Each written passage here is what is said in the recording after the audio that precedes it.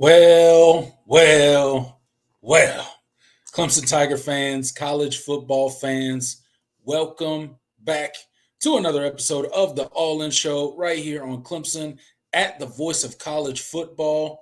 Thank you so much for joining me. Our spring games soon to be a thing of the past. Top 5 plays from Clemson football in 2024. All that and more coming up in tonight's episode. Thank you guys again so much for being here. Before we get into tonight's show, if you are not subscribed to the channel, please go ahead and hit that subscribe button for us. We're on the road to 6,000 subscribers, and your help with that would be greatly appreciated. Hit that like button while you're in here. Share the video with all your college football friends and family. And then last but certainly not least, we have the super chat feature available for you guys. As you know, me and Jordan get to as many comments as we can at the end of the planned portion of the show. But if you want to ensure that your comment and or question is read and responded to during this live episode, hit that super chat feature for us. And it'll also help out what we do right here on the All In Show. And with all of that said, and without further ado, I'm going to bring on my co-host, Jordan Bowman. Jordan, what's up? Pretty eventful evening for us, trying to just go live. All we were trying to do was go live.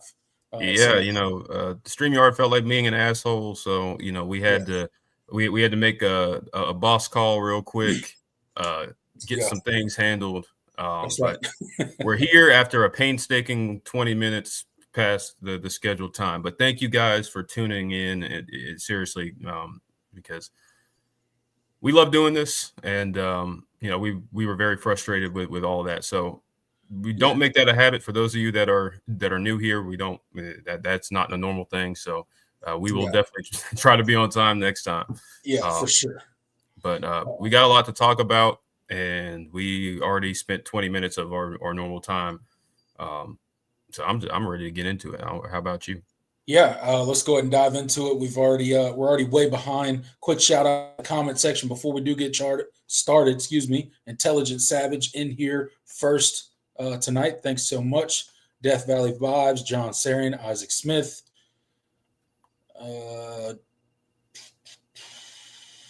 Show Out to Fire, NC Vince.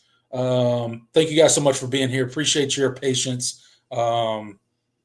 Just technical difficulties. What more can we say?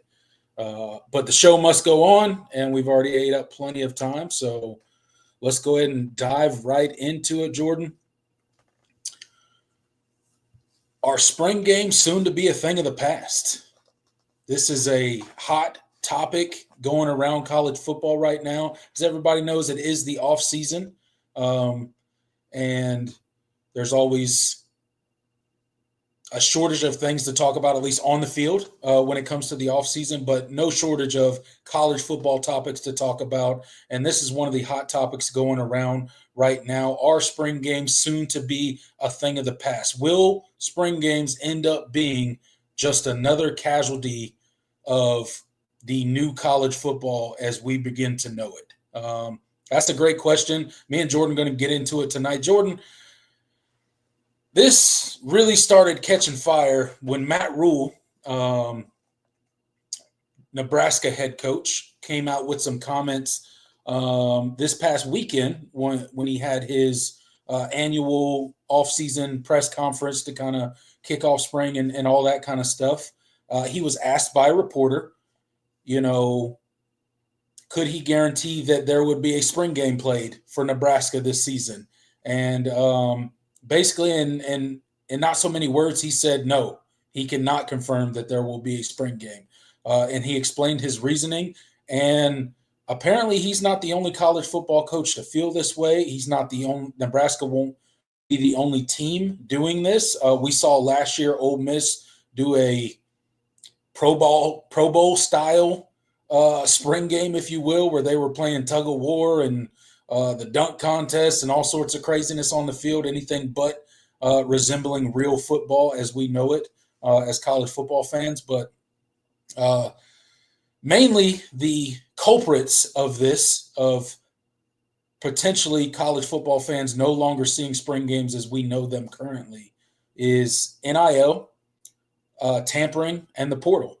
And when you really look back at college football right now and the struggle that many coaches go through at the end of every season and at the end of every spring with trying to retain their rosters, it does kind of make sense. So, Jordan, what's your take on this? Will spring games soon become a thing of the past as we know them as college football fans? I mean, potentially. I mean, it's a very complex issue. I mean, you mentioned it, with the visibility that it puts on, your entire roster. It makes sense that other teams are using it as opportunities to get eyeballs on players that might not necessarily be high up on the depth chart, but you could see, coming to your program and contributing. It's the utility of the spring game from a program standpoint is not really, like, in terms of developing your players, like that's kind of the culmination of everything that you've done throughout the spring. So it's not necessarily like it's one more scrimmage, but a lot of it, most teams treat it as an opportunity to, play a lot of guys and just kind of have fun, and kind of celebrate, the conclusion of the spring practice. So it's great for the fans and it's great for the players. But as far as like a program management, roster management standpoint, it basically just puts your program under a microscope for all the other programs in college football to see. So I mean, I get the frustrations. I'm not sure if it'll completely go away, because the one thing that it does bring in that in the spring period is it's a great recruiting tool. I mean, you see basically every program host kids on those days, Yeah.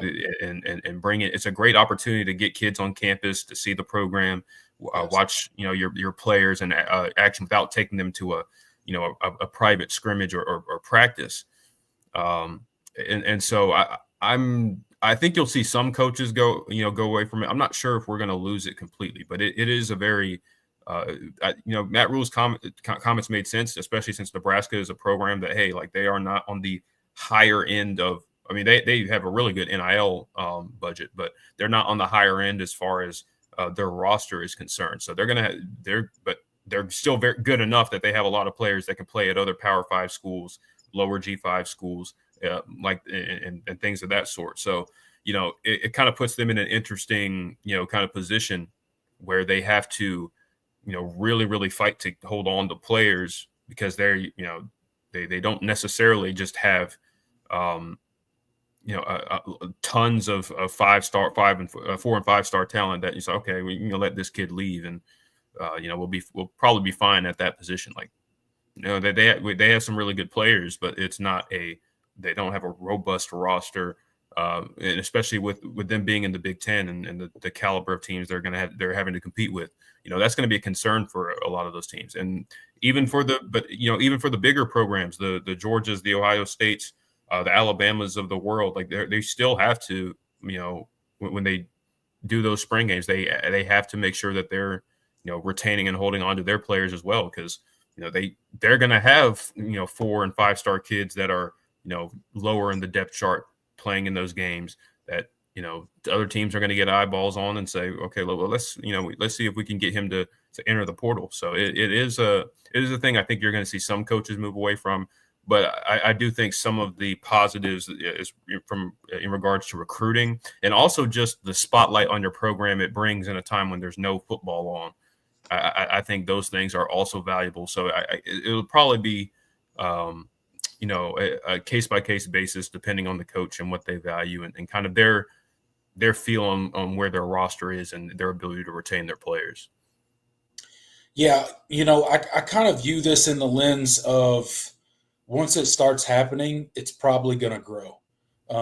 You think back to, I don't know if anyone can remember this anymore, but there was once upon a time when everyone played in bowl games. And we're not going to rehash all that kind of nonsense, but one person sits out, then another person sits out, and it kind of spreads like wildfire in that way. I kind of view this through the same lens. I think for the most part, spring games are probably slowly going to change from the products that we currently know them as actual football games. I think there'll still be, I don't think any university is going to go away from having an event, but I don't know that it'll be an actual football game as we currently know spring games. And for college football fans, diehard college football fans like yourself and like me and you, it's unfortunate, man. It's another piece of college football that's being ripped away from us because of the changing landscape of college football. And I'm not saying all change is bad, and the world, the sky is falling, and college football is going to be terrible. I'm not saying any of that stuff, but just from my perspective, a college football fan that has grown up watching college football since the time that I knew what it was. It's just another unfortunate casualty of the new era in college football that we're at. And with that said, I completely understand what a coach like Matt Rule's saying. Like, I get it. I get that last year Nebraska's spring game was probably the most televised spring game ever, with 60,000 people there and blah, blah, blah. Like, it was a big thing, right? But then they lose a couple key players directly tied to performances in that spring game. And you start to understand what these coaches are going through. It's a full calendar of nonstop recruiting for college coaches now. Not only are you recruiting high school talent, but you're recruiting your roster all the time. And especially with these teams that have, you know, some 4 stars, some 5 stars that aren't going to start immediately. And they get out there in a spring game and they show a couple things, and then so-and-so university comes knocking on the door offering how much ever money, you know, you could lose players like that. So I get it. It's like Matt Rule said, tampering is not a thing in college football. It's just an open and free market. You just come talk to players anytime you want, and you try to pull them away via their agents or whatever and offer them money, and there's just no regulation. There's no guardrails to it. It's really the wild, wild west in college football. And unfortunately, spring games could become one of those things that we ultimately lose, at least the actual games. So we'll see. I know Ole Miss kind of did something similar to a football field day, if you will, last year. I don't know what that was. I guess it was entertaining, but I like how Clemson runs it, right? I like that Dabo Swinney splits the coaching staff like it's a real game, splits the roster as evenly as they can, like it's a real game, and they kind of go try to play football against each other. I like that. Will that become a thing of the past? I hope not, but I could certainly see a world where they do. I know UCF has said that they will not be doing a traditional spring game this year either. So more and more schools are coming out in support of what Matt Rule said and following suit with similar things. So we'll see how many schools do it this year, and if I had to guess, it'll probably grow year by year as we go.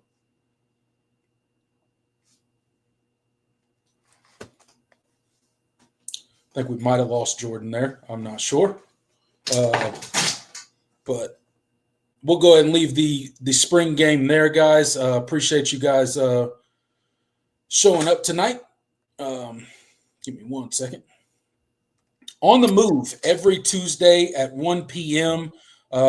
We got a new show, a new channel at the Voice of College Football called On the Move. Every Tuesday, 1 p.m. They're talking about transfer portal stuff. They're talking about recruiting stuff. If that's something you're interested in, go check it out. New channel on the Voice of College Football, and a show called On the Move every Tuesday at 1 p.m. Hope you guys will go check it out.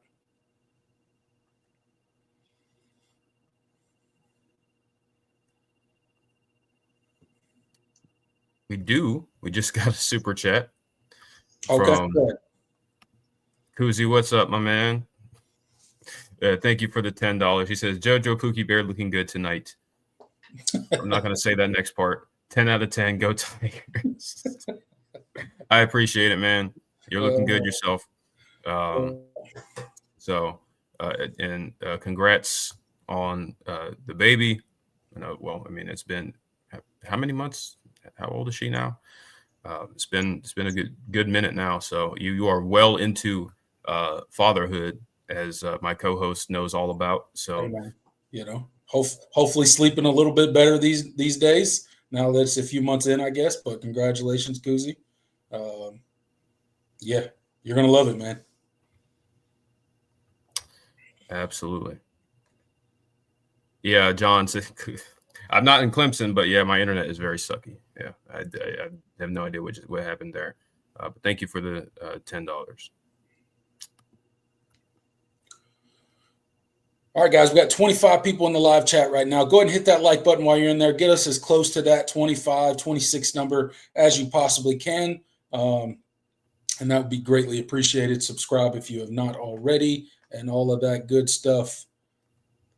ESPN picks up the ACC media option. Oh no, the sky is falling.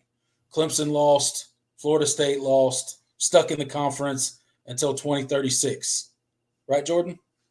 Is that correct? Yep. All right. So, in all seriousness, Well, ACC picks up the media option, obviously extending the contract with the ACC through 2036.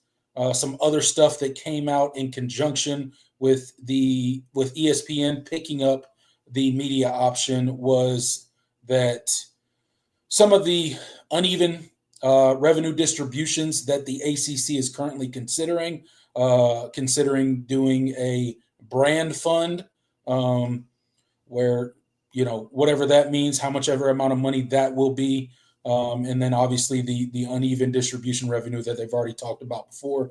Jordan, obviously everybody out there in the college football world knows that Clemson and Florida State are both litigating against their conference currently, the ACC.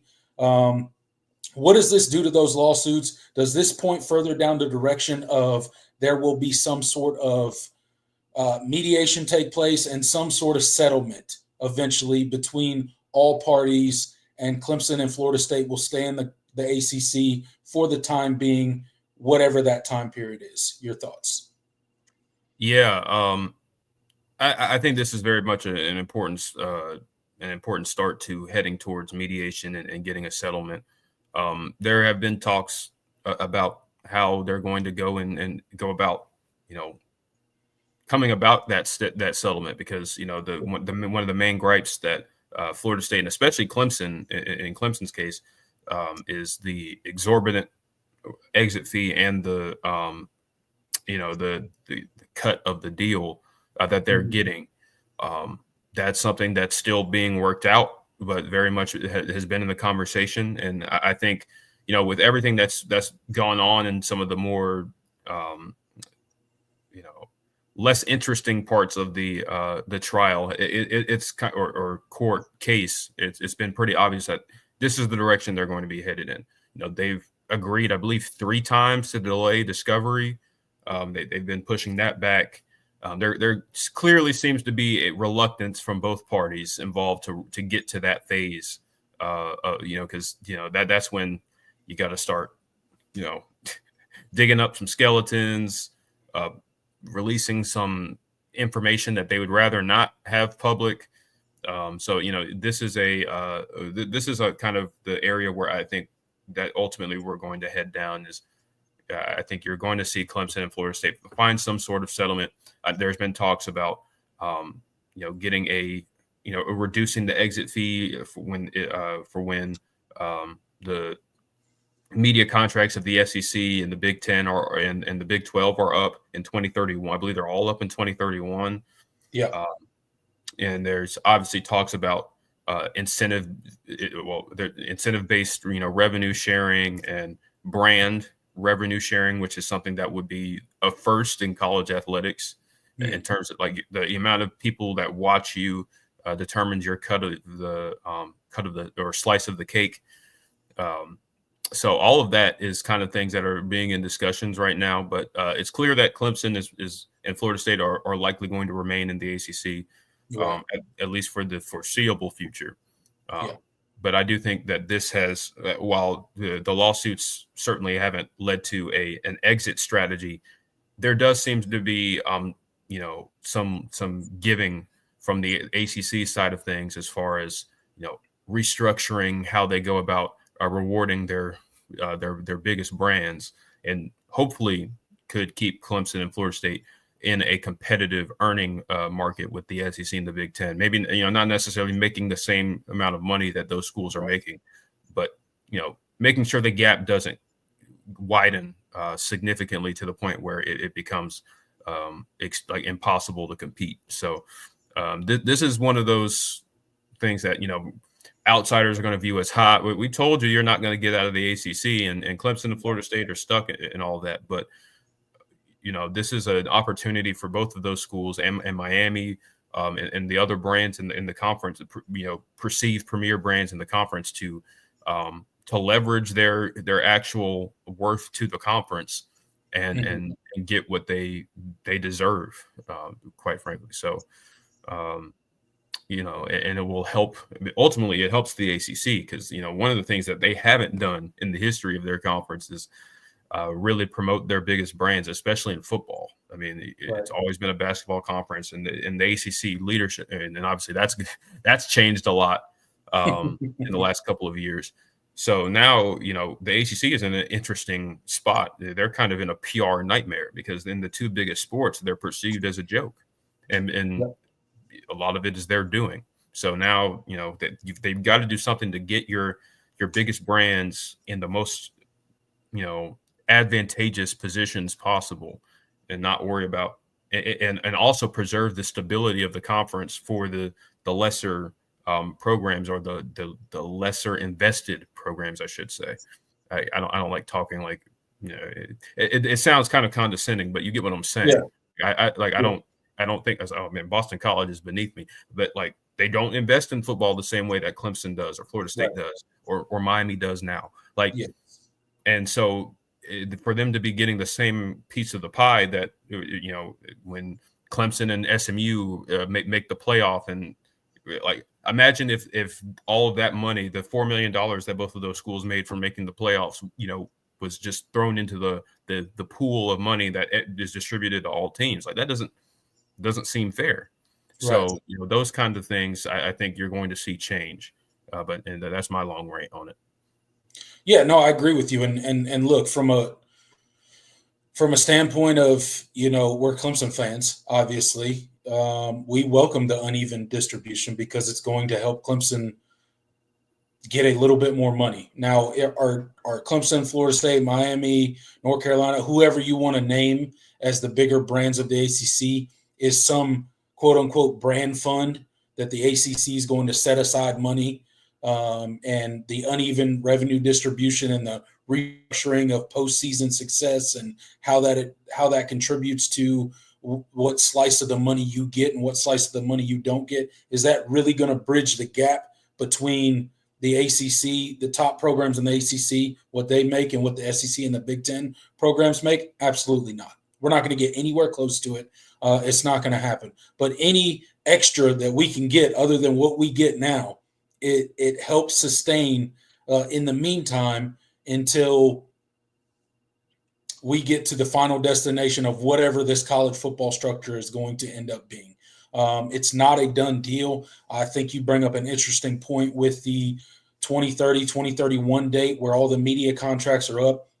That might be a pivotal time in restructuring of college football. There might be mass movement between conferences and conference realignment and big brands moving here and there and all over the place. Who knows what that ultimately ends up looking like? But I do think that's probably an important date along the way, along the timeline of this 2036 ultimate expiring of the ACC contract with ESPN. I don't think college football looks anything like it does right now in 2036. That's all I'm going to say. Where Clemson ends up, where Florida State ends up, where Miami ends up, where North Carolina ends up, where North Carolina State ends up, where all these bigger brands in the ACC end up, I don't exactly know. Will there be a two-conference type deal? Will it be the SEC and the Big Ten, or will all those conference names go away and it's something completely different that gets restructured? And does major college football break away from the NCAA totally and have a commissioner and run it like that, who knows what it's going to look like. But I think it looks a lot different in 2031 than it does right now. And I think in the meantime, schools like Florida State and Clemson are just trying to buy their time and get as much money from the conference as they possibly can. And I really can't blame them. They're trying to keep up from a competitive standpoint with schools that are going to be making 30 plus, 40 plus $million more than them a year. And that's hard to keep up with. They're going to have to get creative. How they get it done, I don't know. But if in exchange for dropping a lawsuit, you get them to significantly drop the buyout to that 2031 date, I think it's worth it, right? And the lawsuit probably did exactly what you wanted it to do. You got what you wanted, right? Essentially. We're not behind the scenes. A lot of people have speculated about, Clemson's going to be out here, Florida State's going to be out this year, so on and so forth, right? But in my opinion, just a fan outside looking in, if Clemson were to get a significant drop in the buyout in 2031, where it would be a feasible number, whatever that number is, where it would be physically doable to get out of the conference then in exchange for dropping the current lawsuit against the ACC, I think that's a win. An even further win if you get the uneven revenue distribution and that quote-unquote brand fund, whatever that's going to look like. So I think that's where we're at with it. Obviously, it's not ideal. Clemson doesn't want to operate at a deficit from now until 2031 possibly, or possibly further. But honestly, I don't know what choice we have other than to try to leverage that lawsuit and get the ACC to change the way that they distribute the funds around the conference. Yeah, absolutely. And like I said, like the ACC needs to do something about it. So like they have incentive, like not just from the lawsuit and keeping, that PR thing in check. It really is a matter of, okay, our public perception is at an all-time low, which is crazy to say, because, the football, in football, the ACC has never been a really respected conference. But now with, like I said, with basketball obviously trending in the wrong direction, with a lot of their biggest brands not playing well outside of Duke, like now you're at a position where it's like, okay, well, we're still we're pretty good in college baseball and the Olympic sports and tennis and soccer and all of these sports, but nobody's watching those. Like we need to make sure that we have the two cash cows of college athletics. We need to put our best foot forward as far as promoting our brands and making sure that they're in a position to succeed. Because ultimately, when Clemson does well, when Florida State does well, when Miami does well, when North Carolina does well, name the schools that you think of as the cream of the crop in the ACC in terms of a brand standpoint. That's when the conference is at its best. That's when they get the most respect. So, when you go back and, like, I always go back to 2016 as an example. Like Clemson was really good. They obviously won the national championship. Florida State was still really good. They were beginning their tail off, but they still won they still won like 10 games in the Orange Bowl. You had Louisville doing well with Lamar Jackson. You had Perry in the league, but these were teams that were going out and not only just competing within the conference, but they were also winning in the non-conference, beating the SEC, beating the Big Ten in major bowl games. Like that was when the ACC was at its peak, and they had a team that was capable of winning the national championship. When Florida State went on their run in the 90s, the conference wasn't great, but there was eyeballs on that conference because of how good they were. And so when those things happen, that's when the ACC will start to be able to, their value will increase. And maybe you see ESPN, consider, okay, well, we're getting more out of this than maybe we initially, thought we were getting. Yeah. That's not a super realistic proposition, but ultimately that's what the ACC needs to do. And they need to take those steps, whatever it takes, to make sure that they're promoting their best brands moving forward, because they throughout their history, they just have not done a good job at that. Yeah, I mean, look, nobody's out here saying that the ACC has ever been run very, very well. they're always reactionary. They're never forward facing in anything. They're never leading the way in any sort of changes within any sport. So it's no surprise that the ACC finds themselves at a complete disadvantage when it comes to their TV contract and the money that they can provide to their institutions. And their job as a conference is to put their institutions in the best possible place to compete at the highest level. And on every turn, basically, they have failed to do so. So I don't know what they do going forward. It's a little late when it comes to the media contract. I mean, ESPN's basically got you till 2036, and they don't have to pay you a dime more.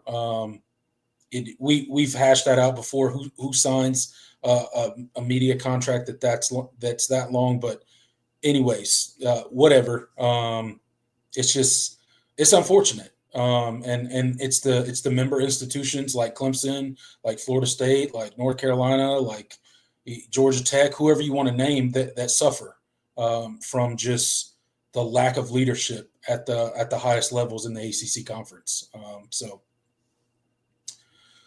hopefully we get a little bit of restructuring to get us at least somewhat closer to some of the other big dogs, but that remains to be seen how much money it will actually be. A lot of good talks, a lot of good ideas. You hear the brand fund, the uneven revenue distribution, but monetarily, how much is it actually going to be per year? That's the big question. So hopefully we get some better answers on that soon. Yep. Hopefully, fingers crossed, all those things. All right, guys, we'll be right back after a word from our very own Mark Rogers. Ohio State, Michigan, the greatest rivalry in sports deserves the greatest debate in sports. Monday, February 17th at 6 p.m. Eastern Time on the main channel. It's the Ohio State, Michigan All Everything debate with me, taking your calls all night if it takes all night. I'm pulling no punches, so beware. Bring your best intel. It's the Ohio State, Michigan All Everything debate. It will be epic. February 17th, 6 p.m. Eastern Time. Be there. All right, guys, you heard Mark Rogers there. Go check it out over on the main channel, February 17th, for the big debate. Tell them the guys over on the Clemson channel sent you. All right, Jordan, while preparing the show tonight, I was thinking of a more entertaining or fun segment we can do on the show, being it is the off season and there's no football being played on the field anytime soon. I thought we would take a look back to the 2024 season and just give our top 5 plays from Clemson football in 2024, according to us.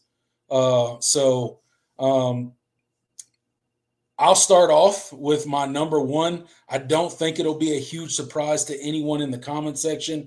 You guys in the comment section, join in on this segment. Go ahead and start typing in your biggest moments, your biggest plays that you think are from Clemson's 2024 season. We'll see if our lists look any way similar. Obviously, first and foremost on my list, I'm sure it's on your list as well, Jordan, Nolan Hoosier, 56-yard field goal to clinch the ACC championship game with the wink to the sideline and the dead straight down the middle with a couple yards to spare.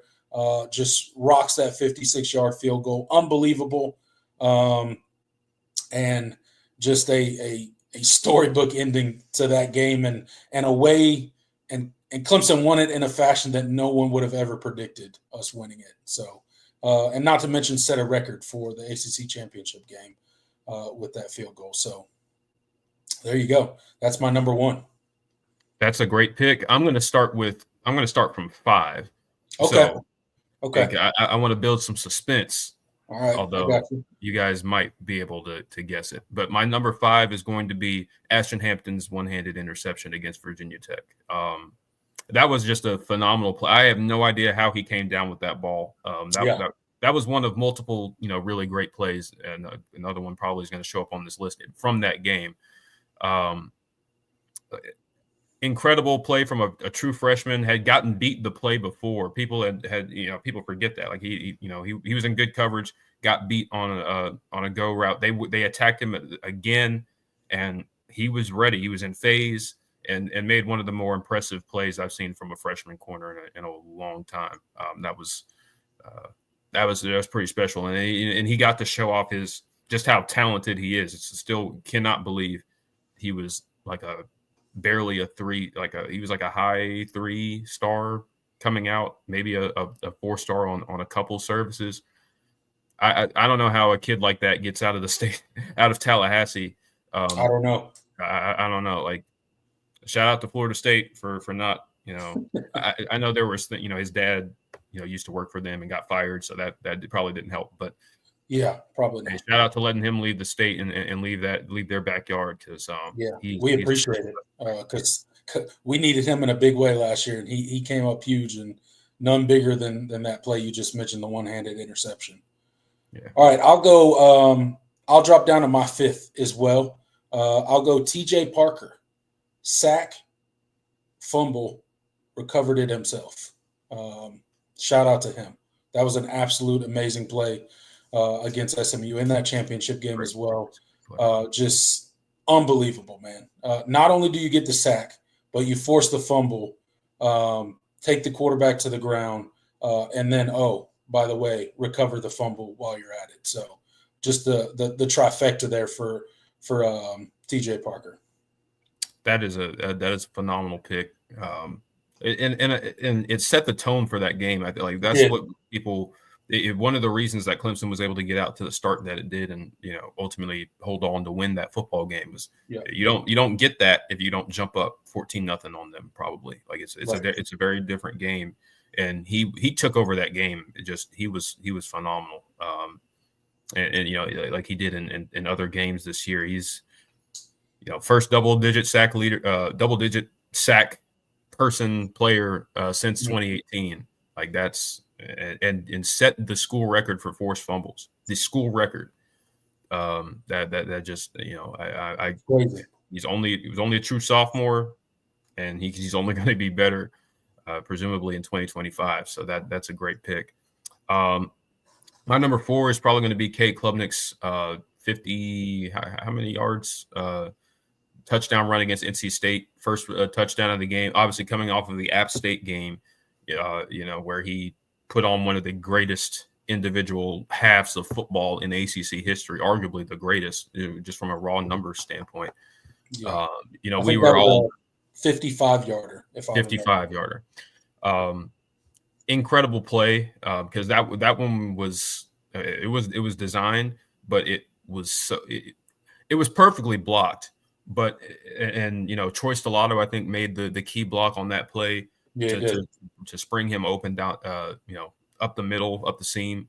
That was it was a great play, just because, we had so many questions about what to feel about that App State game and what that meant for this offense. It's like, okay, have we really, do we actually have something going here, or was that just we played a really terrible defense and they, they're going to come down to earth, and obviously we saw throughout that game that was not the case, and Clemson really laid it on. 59 points, and they were how many did they score in the half? Like 35 or 42, something like that.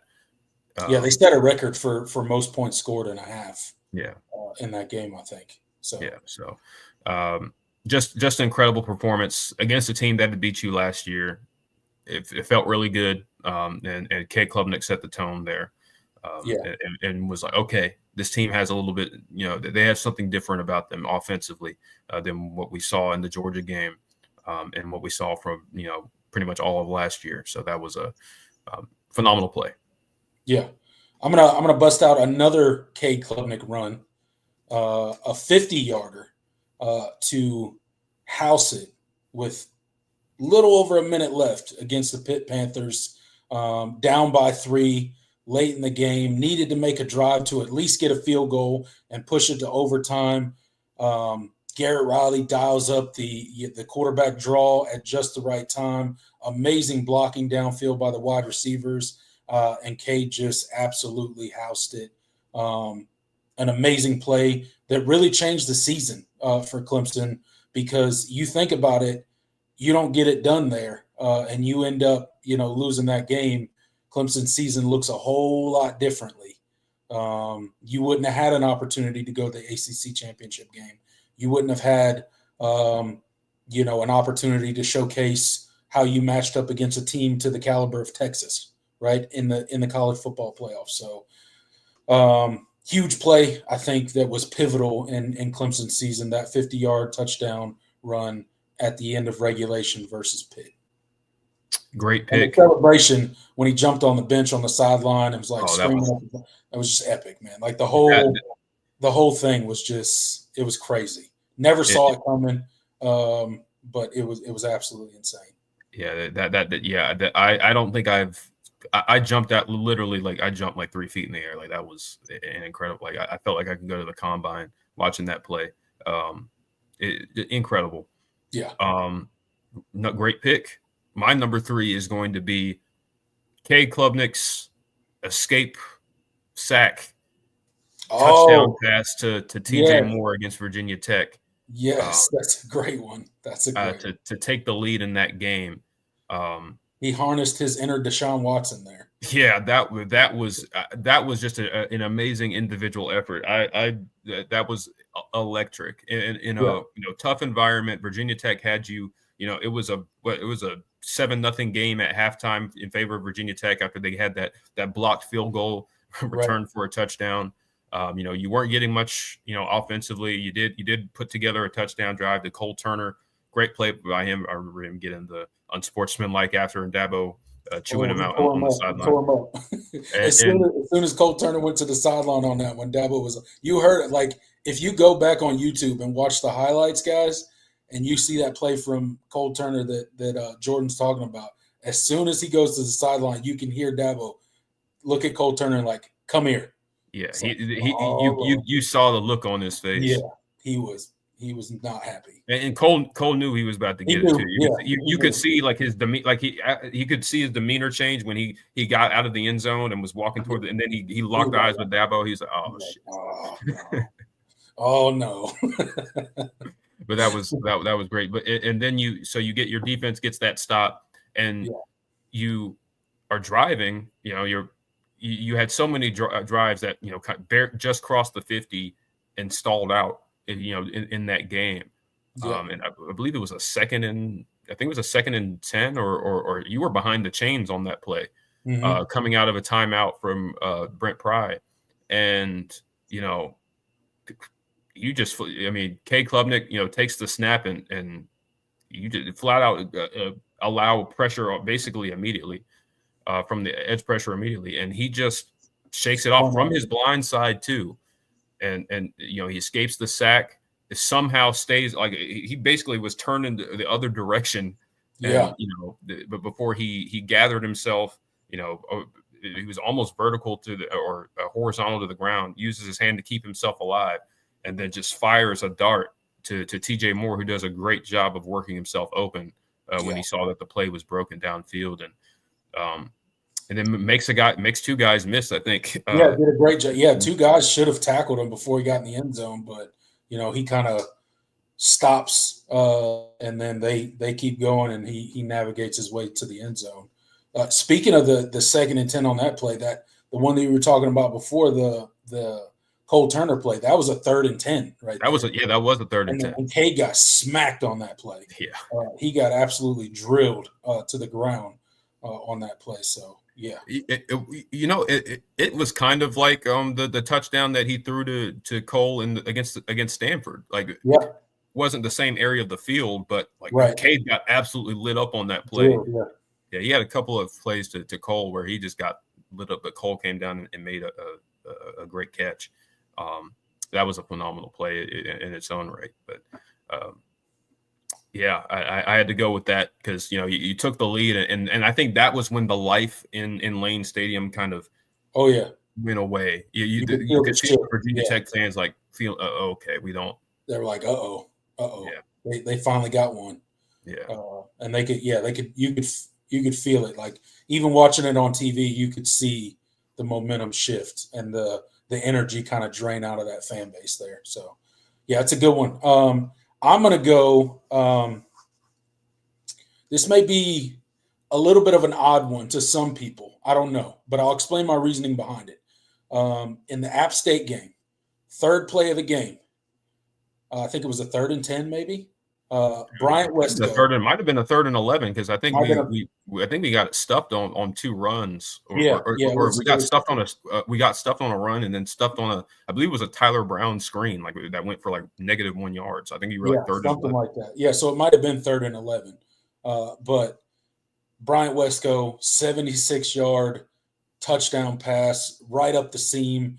Cade Klubnik delivers a beautiful ball right in stride, and Bryant Wesco just housed it.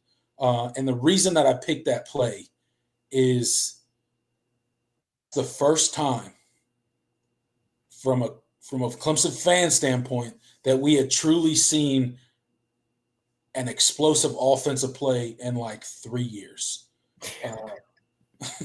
from the passing game. And I know that sounds crazy and funny, but like, it's true. And we finally saw it. And yes, I know it was App State, and they weren't a very good team this past year, and that game really ended up meaning nothing. But for me, that was the first signal that this offense had made a step forward, that they could actually be explosive, albeit against bad competition at that point. They still proved that they could be explosive. So for me, that was a very important play just from a fan standpoint to just finally see it. So I picked the Brian Wesco 76-yard touchdown versus App State. 3rd play of the game.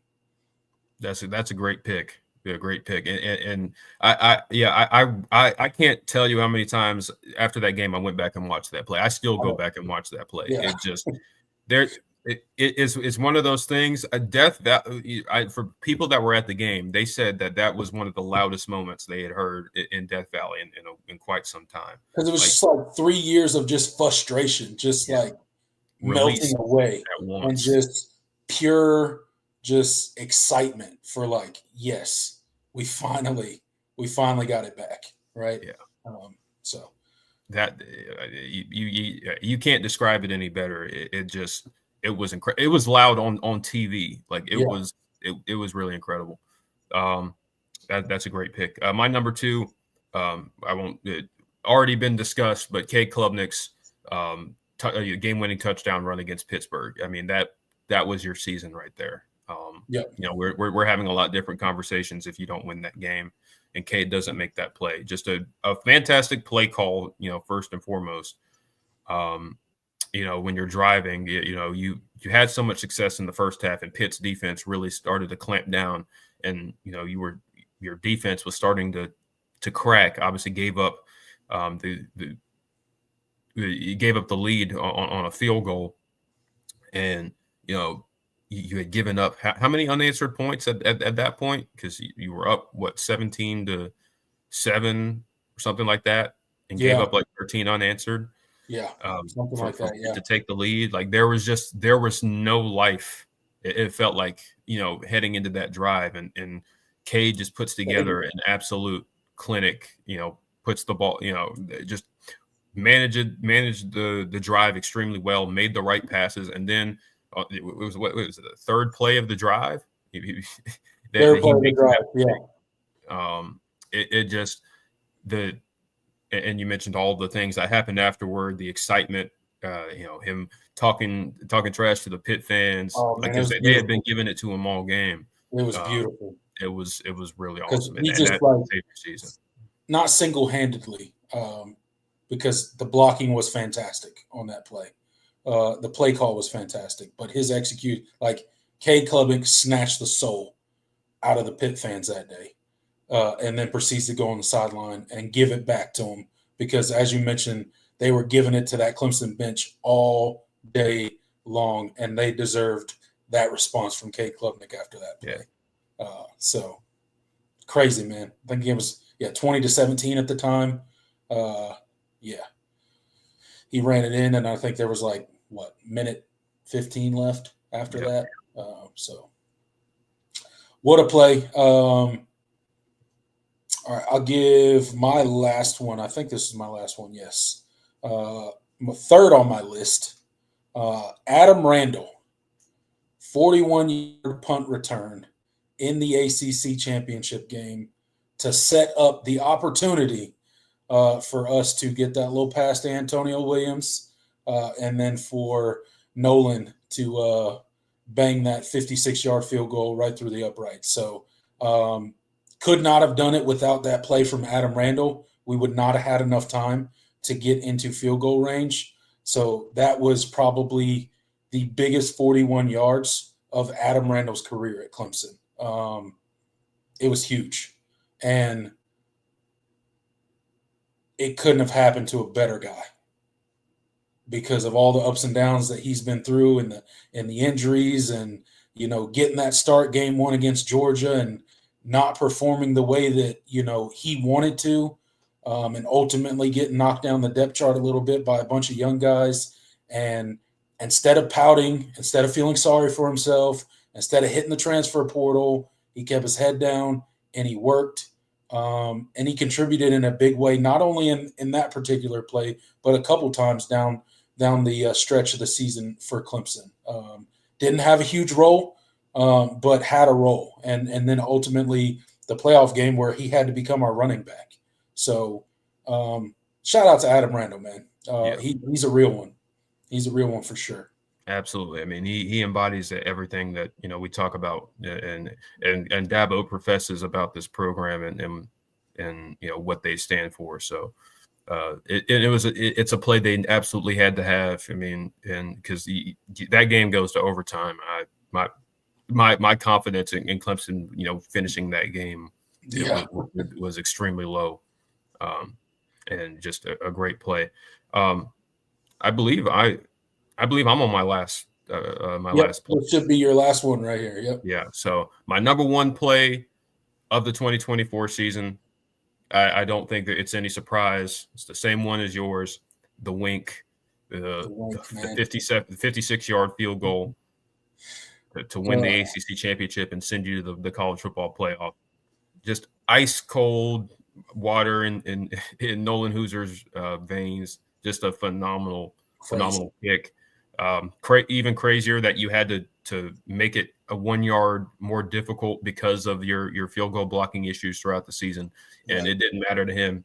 That was probably good from 57, 58. And he just absolutely drilled it. Just the confidence to make that kick as a true freshman, and put Clemson in that position in the playoff. Just can't say too much about it. It just a phenomenal kick, going to go down in Clemson history. Oh yeah.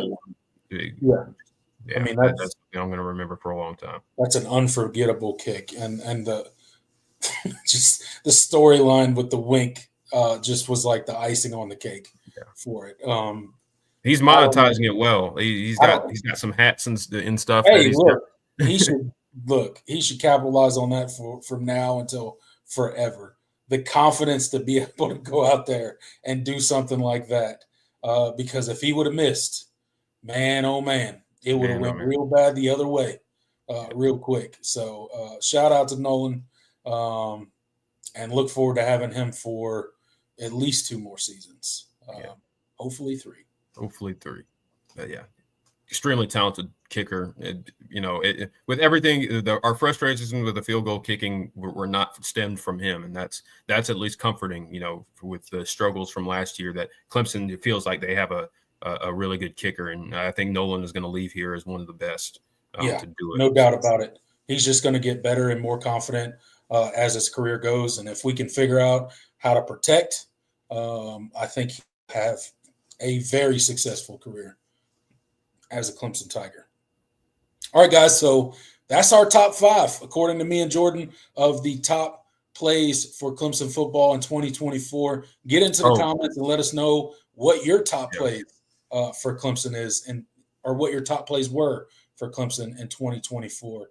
We'll be interested to hear it. And I wanted to hit a couple of I want to do a couple honorable mentions that I didn't talk about. Adam Randall's kick return was on there. Yep. The Bryant Westco touchdown was phenomenal. Antonio Williams touchdown pass, or was it a touchdown or long pass? He had a couple of passes this year against Wake Forest. He did have a touchdown pass, yeah. Yeah, he did have a touchdown pass, and I had one more that I wanted to hit that I'm blanking on. Those were the main three, though. I have an honorable mention. I'll go. I think this was the. Was this the? Yes, this was the App State game. 83-yard touchdown run by Phil Maffa. Phil Maffa, that was great. Just showing a different gear that I don't even think most Clemson fans knew he had when he just pulled away from that secondary. Always thought of as a, more of a bruiser, physical running back, but flashed a little bit of speed there in that game with that 83-yard house call. And I think that was the third touchdown of that game. So we were just, feeling it and pouring it on by then, and it was a lot of fun. So. Yeah, Isaac hit on the one I couldn't think of. Peyton Page's thick six against the Citadel. Thick six. Oh my God! How did neither of us have that in our top five? I thought about it when before we started, but I wasn't sure I wanted to put it on the list because it was against the Citadel, and I don't like talking about. I'm gonna be real, Isaac. The defensive performance. That play did not cross my mind, but if it had, I might have put it at number one. I don't know. Yeah, it was a phenomenal play. They had to put him on the ventilator after that. That boy was running for the thick boys. Thick six. The thick six. Us big dudes got to stick together. You know what I'm saying? So, that's the greatest. That's the greatest one you've come up with, Jordan. I think thick six. Yeah, that was a great one. And then. In this one's kind of cheating, but I think TJ Moore's performance in the college football playoff game, I think he's got to be up there. I mean, he made some pretty difficult catches. There wasn't one that was probably good enough to put, over some of the plays on this list. But what do you have, like 119 receiving yards, something like that? Yeah. And a touchdown. He worked his one touchdown. He had to work himself open on fourth and goal. And Cade Klubnik found him, and he was going up against the best secondary, arguably the best secondary in college football, especially statistically. Between Manny Muhammad and Jahdae Barron and those guys, like that was a really, really strong. Obviously Andrew Bakuba at safety, that was one of the best secondaries in the country, and he, as a true freshman, had one of the best performances. And he gave them about all they wanted. Yeah. So, yeah. Well, that's our top plays and our honorable mentions from the 2024 season for the Clemson Tigers. Like I said before, get into the comment section. Let us know what your top plays are. We got 27 people in the live chat right now. Go ahead and hit that like button while you're in here. You might as well subscribe while you're in here as well. We do this show year-round, every Wednesday, 8 p.m., me and Jordan right here talking Clemson football, talking college football, and then chopping up with you guys, of course, at the end of every show. So be sure to stick around for that. Also, guys, want to point out our official X page for the Voice of College Football. Let me get it up here real quick so you guys can see it.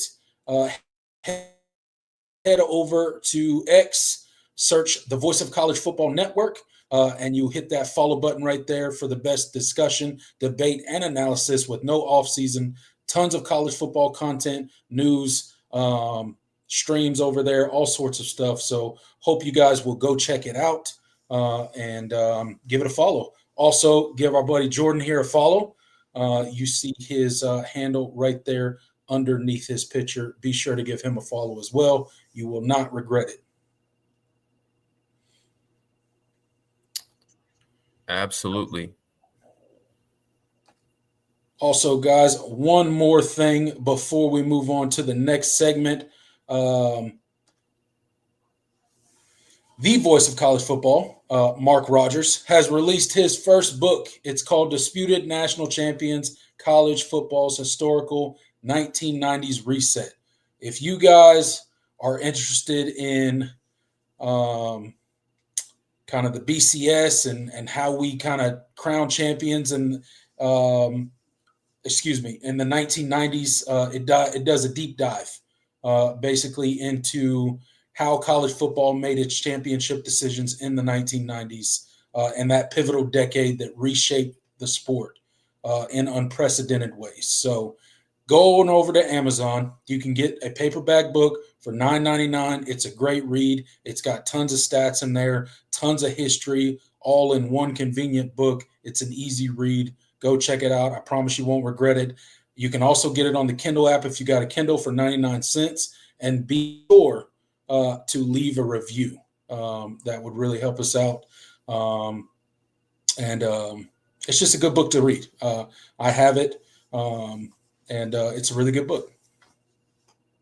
Yeah, absolutely. It's a great read. It's not too long. So if you're not one that wants a super, laborious, okay, it's going to take me at least a month to get through all of this. It's a very quick read, but it has a lot of information and very comprehensive on the evolution of how we got to where we are in our the way we select our national champions, because the 90s were certainly kind of planted the seeds for change, and obviously the BCS, it started with the Bowl Alliance and then the BCS, and you see how those things evolved into where we are today.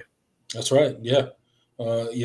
Sharing national titles and people being crowned national titles and sharing national titles that never played, and it's a really cool book. I'm not a huge reader, full transparency, but like Jordan said, really easy read. Hope you guys will go pick it up and support Mark Rogers in that way, because ultimately he is the one that gives us this platform to be able to hang out with you guys, talk college football, and talk Clemson football as well. So support him there, and I know you guys will.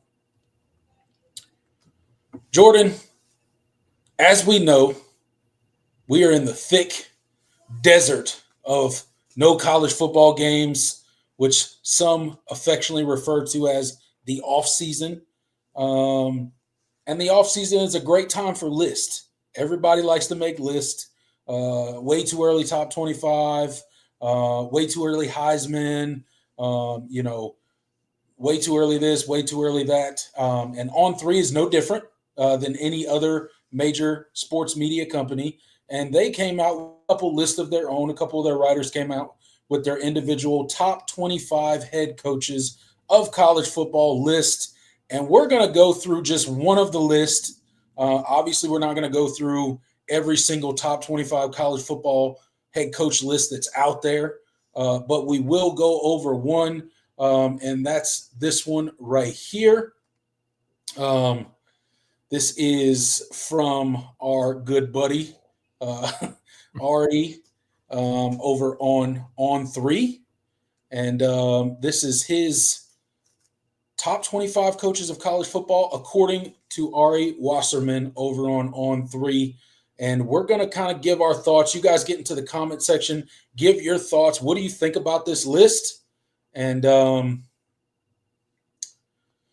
going to give you our thoughts here in a second. Jordan, just looking briefly at this list, there are a couple ones that kind of make you raise your eye. There are a couple ones where you're like, why aren't they higher? Why aren't they lower? So on and so forth. But just quick overview, what stands out to you the most on this list? Or hold on, before we get into the list, let's talk about what goes into, according to you, what goes into a top 25 head coach? What goes into ranking a college football head coach? Is it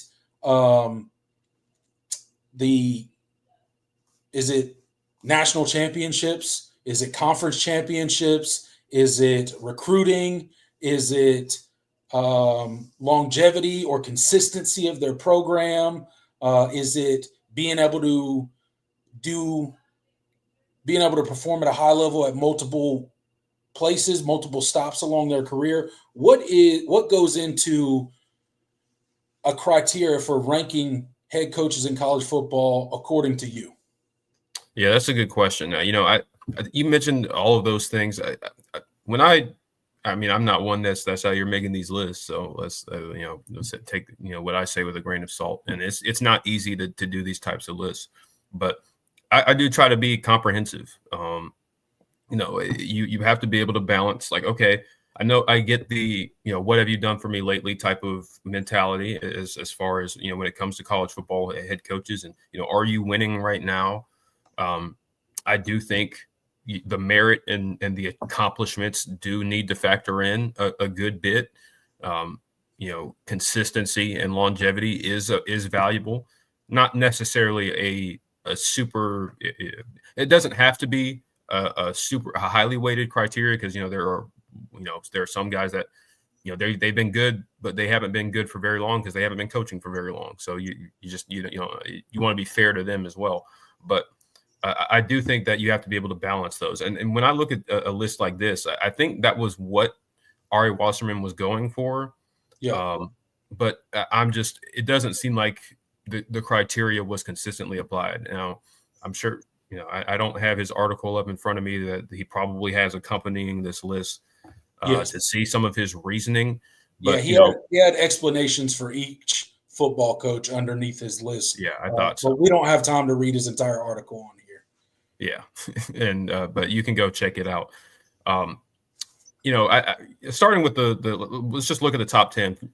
For now, I think Kirby Smart makes a lot of sense as a number one pick. I think got no issues with that. He has the accomplishments. At this point, he's had the longevity, but I mean, he's been at Georgia since 2016. Yes. 2016. 2016. Yeah. Yeah. He'll be going into his 10th season coaching. Yeah. And they've been really good ever since 2017. So, and he has the 2 national championships.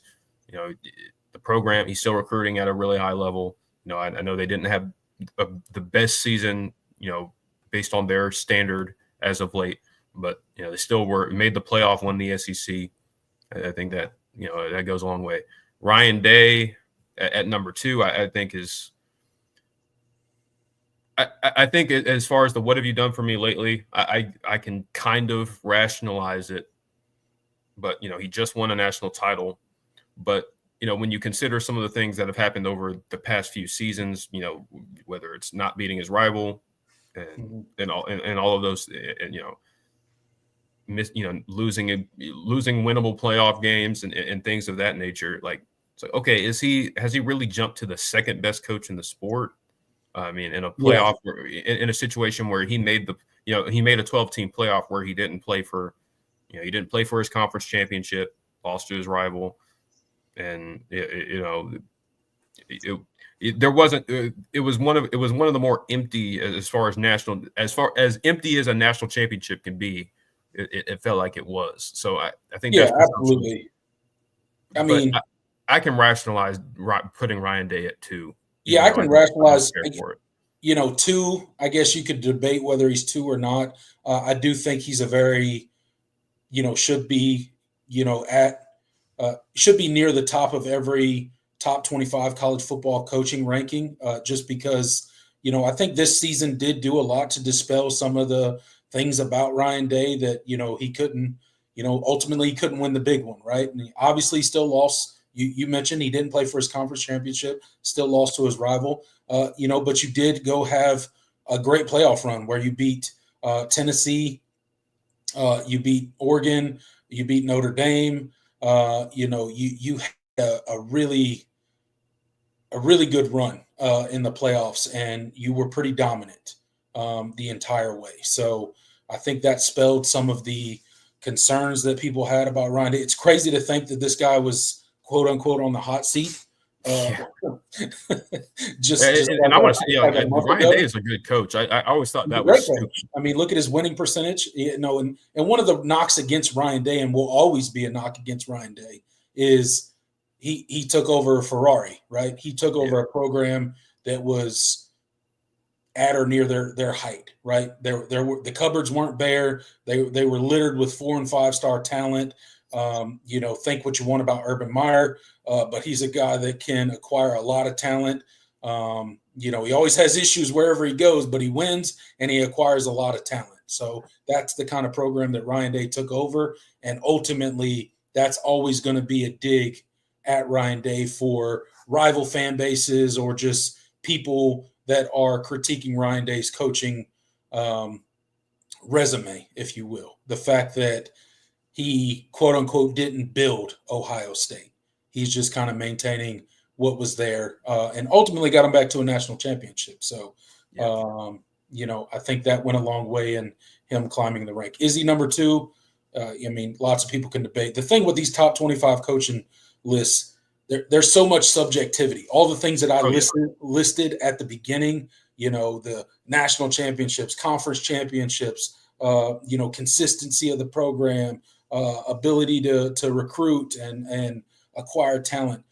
It's really a mix of all those things, but everybody's got their different things that they think are more important than other things. And everybody views each individual coach differently. And I think grades on a little bit of a different scale based on the coach that they're talking about. And that's what makes these lists so much fun to talk about. And what makes these lists impossible to do, because no two people's lists will ever look the same. Yeah, you're 100% right. And that's why it's like when I see these lists, I'm like, okay, I may have my gripes with it, but at the end of the day, it's like, it's somebody else's subjective opinion, and there's not really some right criteria. But we can only talk about our own perspective. So that gets me to, I'm just going to address 3 through 6, because I think this is kind of the what have you done for me lately. Well, I should say 3 through 5. This is kind of the what have you done for me lately group. Dan Lanning, number 1 overall seed, won the Big Ten in, this past season, but he's only been coaching 2 seasons. So is it presumptuous to give him the number 3 spot? Yeah, right absolutely. Now off of one playoff appearance and 1 Big Ten championship, and you didn't, you got blown out in that game. I would say so. I would have a guy like Steve Sarkisian over Dan Lanning if we were going to, be talking about recency. Steve Sarkisian has been to 2 playoffs now. I think that should weigh a little bit, and he won the Big 12 last year. So I'm not really, I can't really vibe with that. That seems kind of presumptuous, especially since Steve is recruiting at a really high level, just like Oregon is. Dan is. So I don't know where the separator, what made Dan Lanning over Steve Sarkisian when Steve, especially since Steve has been a coach for longer, and has more to his name as far as accomplishments at this point. Marcus Freeman is another example of a what have you done for me lately. He had a really rocky start to his career. 2022 was not their best season by any means. Honestly, both seasons in 2022 and 2023 were marked by head scratching losses, and then this season, the Northern Illinois loss. But he has upgraded the recruiting talent of Notre Dame, and obviously they've done a good job at recruiting quarterback. And they were just in the national championship game.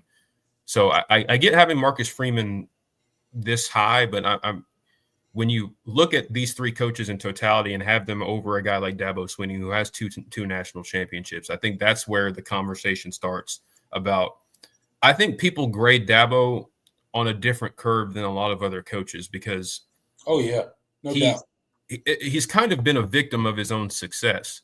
Yes. Dabo has won 2 national championships, has 7 playoff appearances, and yet he's the 6th best coach in college football because he's not, at the 14-1, 15. He hasn't had the string of, national championship caliber teams that he had from 2015 to 2020. It's like Clemson has taken a step back, not a gigantic step back, but a step back. That people kind of seem to view him in a kind of a different way, and they grade him differently based on that. And it's like his accomplishments seem to matter less and less and less for people. And hey, I mean, and again, that's people's subjective opinion. They're allowed to feel that way.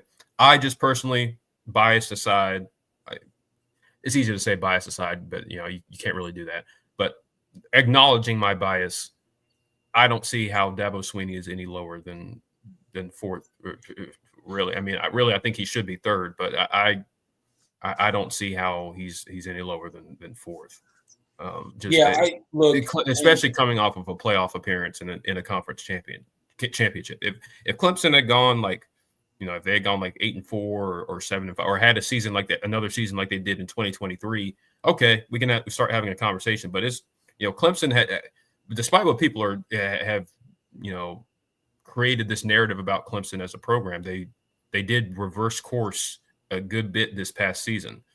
This was as far as the caliber of talent that they have on offense, making the playoff, winning the ACC, getting back to the ACC championship and winning it, those things have to matter, I think. And so I don't see how Dabo Swinney is only sixth with everything that he's done and the consistency and longevity at which he's done it. I think people are just, I think it's fatigue because he's been right now. He's one of the more tenured coaches in college football. So, and he's just people are going to find any reason they can to drop him lower. Absolutely. Look, and to your point, since this is a Clemson show, obviously we're going to focus on Dabo Swinney for a little bit, right? Obviously he's our coach. Are we biased? 100%. But I think Dabo's resume backs up everything that you said and everything that I'm about to say. And I like one of the points that you brought up. People grade Dabo Swinney on such a curve, and I don't think they realize it, right? I think the media storm surrounding Clemson over their quote-unquote fall from grace has been so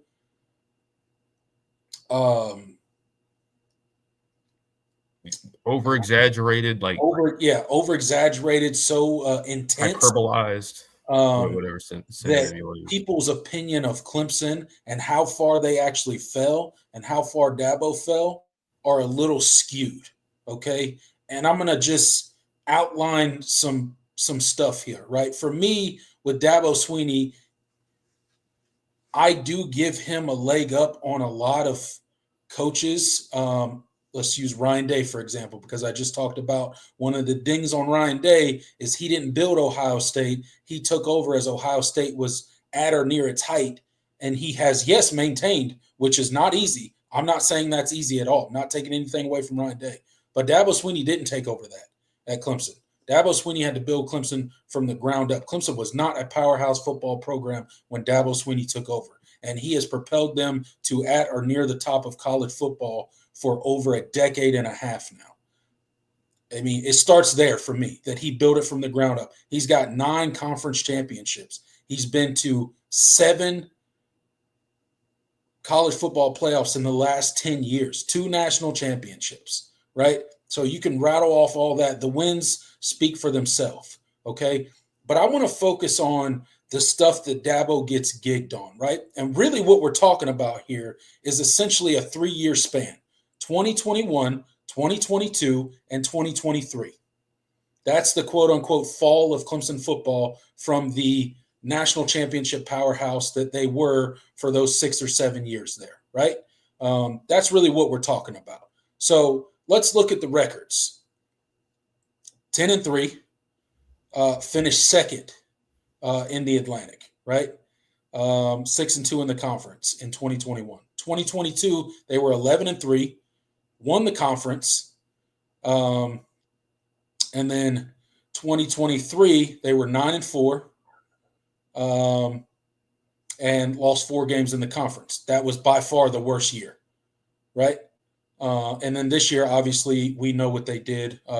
Went on to the conference, get back to the college football playoff, ultimately losing in the first round, right? But I'm not saying those years were not a significant drop-off from where Clemson was. I'm just saying some people need to realize that they were still winning 10, 11, and 9 games in that quote-unquote fall from grace. That's an average of 10 wins a year. That's an average of 10 wins a year in your quote-unquote fall from grace. So I'm not saying Clemson didn't fall off. I agree they did. 1,000% agree that they did. I agree that Dabo Swinney made mistakes when it came to coaching hires. We can all agree on that and still say the dude is squarely within the top 3 of college football when it comes to coaches. That you just can't argue it to me. There's no possible way other than just buying into the media propaganda against Dabo Swinney. Every time he opens his mouth and says something, the media likes to jump on it and spin it around and making him sound like a terrible person. Not all the time, but a lot of times they do that when he says stuff. But if you look at Dabo Swinney's resume, you cannot say that guy is not a top 3 coach in college football. There's just no way. Yeah. Look at the resume and look at the quote unquote. Go to the years where Dabo Swinney and Clemson quote unquote fell off. Go look at the records. Now name a college football team that wouldn't trade places with Clemson in those 3 years. You can name a handful of them. That list is not very long.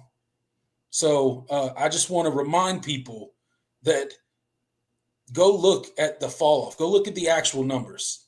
It wasn't quite as steep as it was made out to be. Yeah. And he's already course corrected, right? He's already hired a Matt Luke. He's already hired a Chris Rumpf. He's already hired a Garrett Riley. He's already hired a Tom Allen.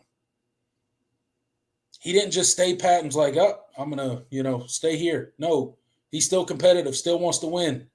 And he also took dips into the realms that he was so much dinged for not using in the transfer portal leveraging NIL in recruiting and in the portal. Like absolutely. Clemson has done those things. So it's like all these things that they knock him for. Some of it fair, some of it not. Some of it fair, some of it not. Yep. Based on flat out people just being misinformed about how Clemson goes about their business. Like all those things, you see the evolution of Clemson in this new age of college football. I mean, we see it. It's not going to be publicly. I can't tell you how many times I'll see a post about Dabo or something involving Dabo or Clemson, and somebody in the comments on YouTube or X or Instagram or whatever whatever social media, and you see somebody talk about, well, man, Dabo needs to embrace the NIL and the transfer portal and this and that, and then I'm like, have you been living under a rock? And it's infuriating because but it's the media coverage around Dabo and the way that they cover him, and people don't actually look into it. They just listen to whatever this pundit or that pundit says, and that's the truth, right? When in all reality, that's not the full story and that's not the truth. So, I just wanted to point that out because I think some people don't go look at the actual numbers and what was produced. And by the way, in that fall from grace, they won another ACC championship game within. They won 2. In that 3-year stretch, and then within that 3-year stretch, right? So, I'm just saying, Dabo's here to stay. I know I'm biased. I'm a Clemson fan, of course I am. But at the end of the day, if you look at his resume and his pure numbers, I don't see how he can be outside of anybody's top 3. Yeah, just my opinion. I mean, the level of consistency it's historic. It's gotta matter when it's that long. When it's a decade and a half of consistency, you have to start factoring that in. Yeah. To the equation. So and it's not just where Clemson is consistently winning like eight games, like down further down the list. You see a guy like Kirk Ferentz who has had a really extended run of really competent. Football teams at Iowa, pretty much always winning 8 games. They'll have the, years where they'll jump and win 10 plus, maybe play for the Big Ten championship. But like Clemson has they had a streak from 2011 to 2022 where they won a double-digit games. Like that is the 3rd longest streak in college football history. In college football history, the only other teams that did it more were Alabama. From 2008 to this past season, the first year they didn't win 10 games, and Florida State in the 90s. Like that is historic. What Dabo has done, it's something that 2 other programs have done. Yeah, in all of history. So I just think that's some people out there act like, Clemson suddenly started going 6-6 and barely making bowl games. That wasn't the case. They did fall off significantly, but significantly compared to Clemson standards. Not really the rest of college football standards. I think some people get that wrong when they kind of grade Dabo Swinney in the grand scheme of all the coaches out there. But we can leave that there and move on to a couple other coaches here. One of the things that stand out to me, Jordan, and I don't know if anybody else in the comment section feels this way. Why is Bill Belichick on this list? What I mean, we got a guy. Look, and I'm not taking anything away from Bill Belichick. Yes, he won 6 Super Bowls as a New England Patriot head coach. Absolutely. One of the greatest NFL coaches of all time. Some would say the greatest. That's for NFL fans to debate. But he hasn't coached a college game as a head coach ever. So I don't know how a coach that has never coached a college football game is ranked 21st in top college football coaches currently. Maybe I'm crazy. What are your thoughts? Yeah, I don't get the rationale. Like it's his NFL pedigree is carrying him in this list, and but it's got nothing to do with college, right? Like, and it's like I'm not. Why is there this assumption that Bill Belichick is going to walk in to North Carolina, a program that's kind of in a pretty significant state of flux right now, and he's just going to adapt to recruiting and the NIL? Like he had a very comprehensive plan about what he wants and what he wants out of the North Carolina administration, but that doesn't ultimately mean it's going to work. Like it's coaching college football and coaching in the NFL.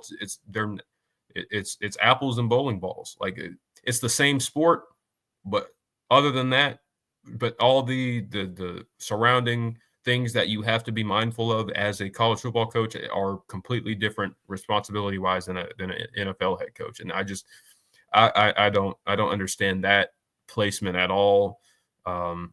You see a guy, I mean, going back into the top 10, you see a guy like Deion Sanders at 7.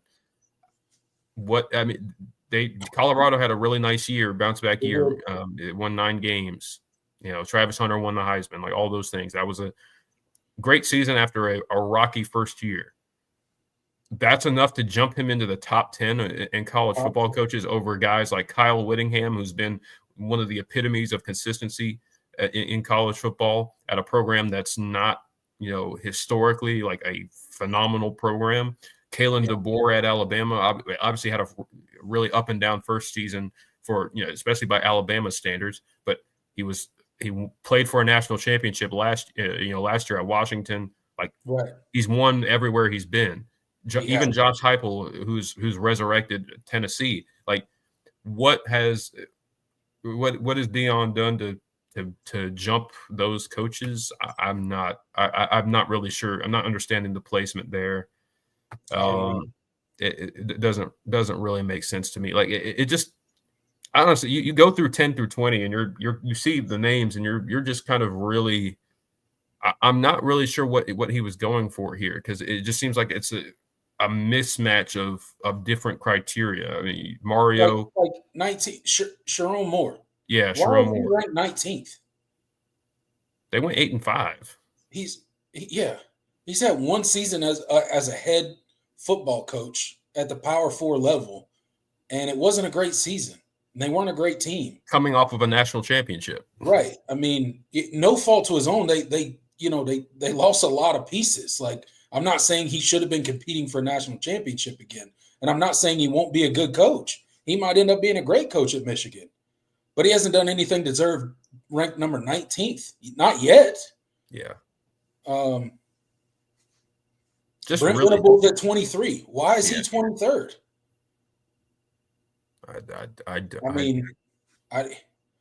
He hasn't exactly lit the world on fire at Oklahoma. No. I mean, no offense. I like Brent Venables. As does every other Clemson fan out there, I think. I'm rooting for him, honestly. But, they were not good this year. It's not good, It's just not good. They were bad. So yeah, it beat Alabama. I think for some reason, I guess beating Alabama gets you, a lot of credit on this list because Brent Venables and Sharon Moore are that's up true. here. Yeah, all you got to do is beat Bama, and you'll be in the top 25 of Well, coaches. I guess in Sharon's case, he also beat Ohio. That was a great win. I got to give it, but they were a very, very inconsistent team this year. I just coming off a national championship, like why is he jumping like even like a Lincoln Riley like has done more than Sharon Moore or like not understanding the placement, and obviously just the Bill Belichick thing just doesn't make sense to me. I mean, look, I can't get over that. You mentioned Lincoln Riley, and I see that Bill Belichick's ranked above him. Like, what a wild world do we live in? Yeah, in college football, where Bill Belichick can be ranked above Lincoln Riley. Look, I know Lincoln Riley's tenure at Southern Cal has gone less than stellar, but look at his resume in college football. Yeah, and look at Bill Belichick's. It's a quick read because there is none. Right. and Lincoln Riley did take Oklahoma to the playoffs like every year. I mean, they got blown out every year, but they were there. Yeah. They made it. Yeah, like I don't understand. And it's like you think of some of y'all are going to hate me for this, but like, I mean, when you look at some of the other names on this list that had like one really strong, one pretty decent year and jumped into the top 25, like where's a guy like Shane Beamer? Like I was about to say that. Like, I can rank him in front of quite a few of these coaches. You could rank him, in front of quite a few of these guys. And I'm like, what was the criteria that went into this? Because Shane has done more than, especially when you look at like 21 through 21, 23, 20. Definitely 21 and 23. And then, and some of the other Dion, like Shane had a 9-4 season too. Like, why is he not? Why is Dion in the top 10 and Shane is not even in the top 25? I don't know. That's the Dion effect. That's what they call the Dion effect. I guess it is the Dion effect. But I didn't want to turn this into a Shane Beamer love fest because that's not what I'm doing. I'm questioning the validity and the logic of kind of what went into this list. So y'all don't hate me. This is not a Shane Beamer South Carolina show. So right. Any Gamecock fans listening, they're gonna clip me. But it is what it is. They're gonna be like, see. Clemson is scared, is terrified of Will Muschamp's progress. Oh man, I love saying that line. That's like a vocal stem for me. I love that. I would start replacing it with Shane Beamer. But. Oh, that's funny. That's so funny. Oh man. Oh, South Carolina fans crack me up, dude. Yeah. But yeah, I mean, these top 25 college football coaches polls, like, they're fun to talk about. No disrespect to Ari Wasserman, or like, we're not beating him up or trying to bully him or anything like that. It's just a list that I saw that I thought had some interesting rankings on it that we wanted to talk about. Again, this is an impossible list to make, regardless of who you are. Somebody's going to tear your list apart, no matter who you are, no matter what coaches you put in there. Everybody's got an argument. So, but that's what makes this sort of stuff fun to talk about in the off season, because it is so subjective and you can come from it with so many different arguments and perspectives and come up with completely different lists. So let us know in the comments below what you thought about this list, where you would change or who you would put in this list that's not currently on it. Let us know. We got 23 people, Jordan, in the live chat right now. Make sure you guys hit that like button if you have not already. If you haven't, I don't know why you haven't, but please go ahead and hit that like button for us. It really helps us out on these live videos. If you're not subscribed, consider subscribing. Me and Jordan do the All In Show every single week, Wednesday, 8 p.m., right here, talking Clemson football, talking college football, and everything in between. And Jordan, I think that does it for the planned portion of our show tonight. So, yep. Last thing, make sure you guys catch us on all your favorite audio streaming platforms, wherever you get your podcasts. Search Clemson Live. All of our long-form content will be right there rate, review, subscribe, and that would be greatly appreciated as well. And with that said, Jordan, I think it's time to turn it over to the comment section. Still got 22 people hanging out with us. So get your comments in. Let's see what you're talking about. And we'll wrap it up here in a little bit. Yep. Yep. While you guys are doing that, we had one super chat from earlier in the show that I wanted to hit. From Chili Willie. I know who this is. Willie. Thank you for the $10. He says, I would die for Jobo. So cute. Well, thank you, Will. Will talks ball over on. You just got people throwing money at you tonight. Yeah, I know. I guess I got a money making face. I don't know. I don't know what to say. Compliments, I guess you shaped the goatee up right tonight or something. Yeah, I must be hitting different a little bit. The lighting's hitting you just right. The hats, sitting just right. It's looking crisp. I don't know. Maybe it's like it's Black History Month, so maybe I get like extra powers or something. That's what it is. Yeah, you got some extra superpowers this week. But thank you, Will talks ball over on Twitter, a good friend of mine. Y'all go check him out as well. He is hilarious. Great follow. Shout out to Will.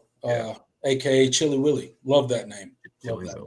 Thanks for supporting the show, man. Appreciate you. Yeah, absolutely. All right, let's see what you guys are talking about. Let me hide this. Yeah, Tig says, if you don't hit the like, are you a true Clemson fan? Hey, he asked it, not us. I'm not saying you're not, but it could probably be questioned. Things to be considered. Things to be considered. David says, hard to believe this is National Signing Day. Yeah, I mean, it's been pretty uneventful. I mean, there have been a couple, straggling, blue chip prospects that committed today, but it doesn't have near the same fanfare that it used to have. I mean, obviously because of the early. This used to be essentially a national holiday in college football, and now it's just like, oh, is it signing day? Oh, that's crazy. Okay, yeah, that's cool. Most teams have had their classes wrapped up for months, so it's crazy. Absolutely. We do have another super chat from David. Thank you for the $10. He says, showing my support for you guys. We appreciate it, David. You're one of our regulars. We couldn't do this without you. So I mean, thank you for your continued viewership. You've been here a while. You're one of the OGs for sure. So greatly appreciate it, man. Really appreciate it. Thanks for just coming to hang out with us every week. Appreciate that. All right. I had a couple starred from earlier in the show too. Another one of my buddies, Tiger's Den podcast. He says, hey, Jordan, Cole Gerard here. Just want to say this is some good stuff here. Keep it up. We appreciate it, man. And shout out to you. Shout out to him and the Tiger's Den podcast. He does a great Clemson show of his own. Y'all go check him out. Search the Tiger's Den podcast. It'll show up. Cole, another good friend of mine, close to the Clemson football program. And currently a student. So you keep doing your thing, man. We appreciate it. Absolutely.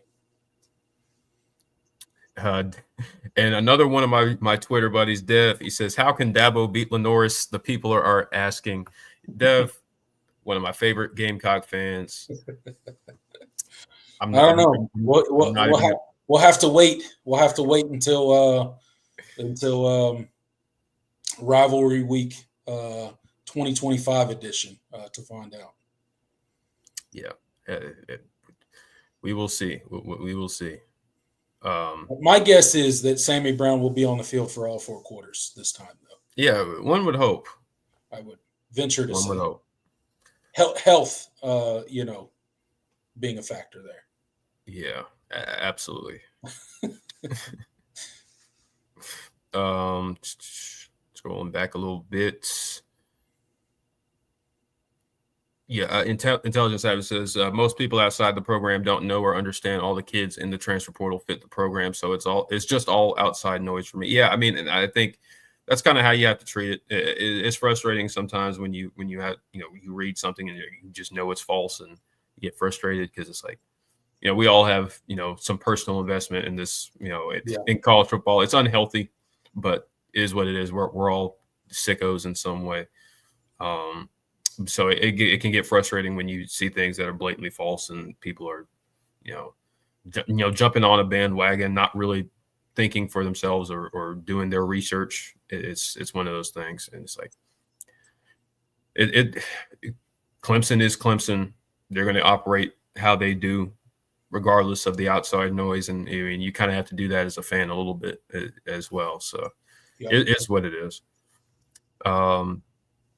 Jay says, I was told last year Norvell was a top 5 coach. Where is he? Yeah. I mean, that was pretty presumptuous. Now he's not even in the top 25. And I think, he did have 2 double-digit win seasons, the previous 2 years. But, when you go 2-10. He's also had 3 losing seasons. 3 losing seasons. Accompany those double-digit win seasons. So, yeah. Missing a bowl game and having a losing season 3 out of 5 years, that's not. In a 2-win season like that, just – at Florida State, that's going to dock you a good bit. It's going to dock you a good bit.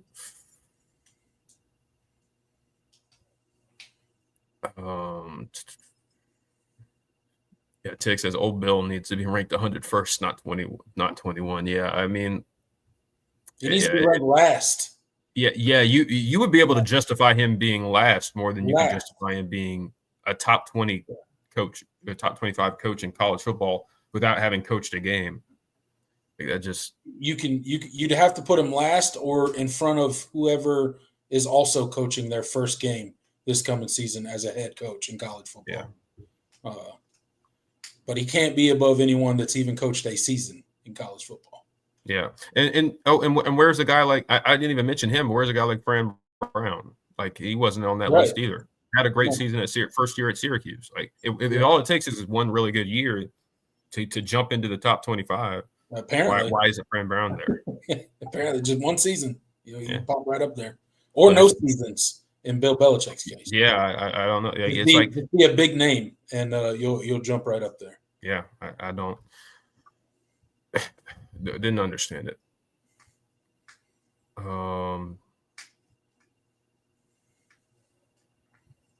No, Jeff Brom was not on the list.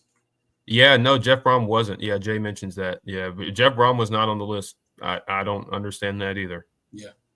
He just played for an ACC championship, won 8 games this past season at Louisville after, Scott Satterfield kind of had them kind of plateauing at that 6-7 win mark. I mean, I don't get it.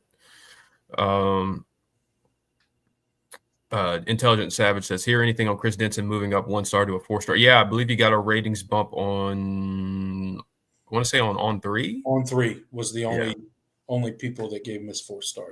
Yeah. He ended up higher in their rankings than Brady Hart. If you guys remember him, the quarterback that the one of 2 quarterbacks that Clemson hosted, this past summer, and obviously they ended up choosing Tate Reynolds. Brady Hart ends up committing to Michigan, and then Michigan goes out and gets Bryce Underwood, flips him from LSU, and then Brady Hart has to decommit, and he ends up I believe he's signed with Texas A&M now. He reclassified and signed with Texas A&M, I should say, because he was 2026 and now he's 2025. So really interesting saga that how that went down, and Chris Denson ended up being higher than Brady Hart in the final 2025 rankings for On3. So that was interesting. We talk about some of our frustrations with Clemson recruits getting dropped, but hey, I'm not complaining when they get a bump. So that was kind of fun. I mean, even like I know we complain when some Clemson players, get that drop, especially towards the end. But at the end of the day, they're the same player regardless. So. Yeah. If you like the player, you like the player. Yeah. Is what it is. Is TJ Moore any less of an impactful player for Clemson because he went from a 5-star to a 4-star? No. Is Bryant Wesco any better of a receiver at Clemson because he went from a 4-star to a 5-star? No. I think you got that flip. I think TJ was the one that got the bump, and then Bryant was the one that dropped from 5 to 4. That's true. I did have it flipped, but point still stands. Yeah, regardless. Yeah.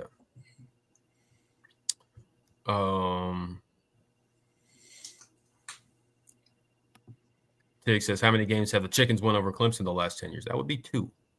Two.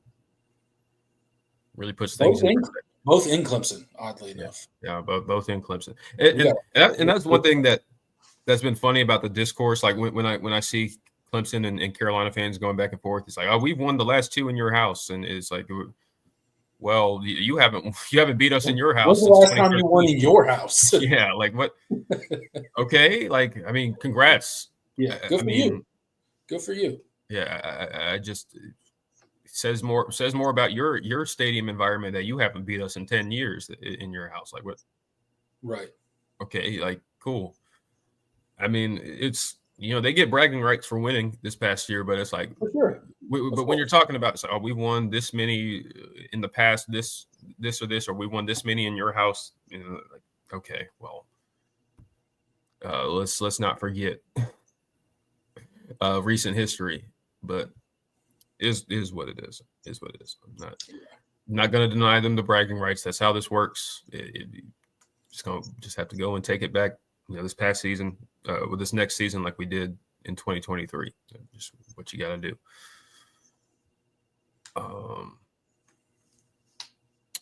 We got a super chat, $5 from Zerius Black. Thank you for the $5. He says, after the portal additions and the hiring of Tom Allen, I'm noticing an uptick in game cluck trash talk. I smell fear. # Go Tigers. Yeah, I mean, there does seem to be. I mean, there's always a degree of that on both sides of the rivalry. Yes. When something good happens for the one program, you're going to see a contingent of the opposing fans, coming in and trash talking it or saying, oh, it's not. Saw that with Clemson and the hiring of Tom Allen. You saw that, South Carolina, with landing like I don't know Dylan Stewart or Nick Harbor and stuff like high caliber recruit. Like it happens. Like that's just what happens. Yeah. Neither fan base is going to give the other program credit for what they do. I wouldn't have it any other way because I mean that's part of what makes that rivalry so great and intense, is because there is a true hate there amongst fan bases. It runs deep. It runs deep in the state of South Carolina. So, but they should be scared. They should be scared because absolutely. Dabble ain't playing around. Nah. So that's right. Better get ready, Shane.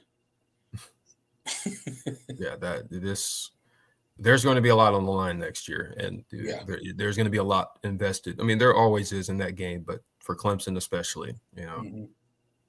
They're and if South Carolina takes care of business next year, there could be a lot on the line. A lot on the line for that game. Period.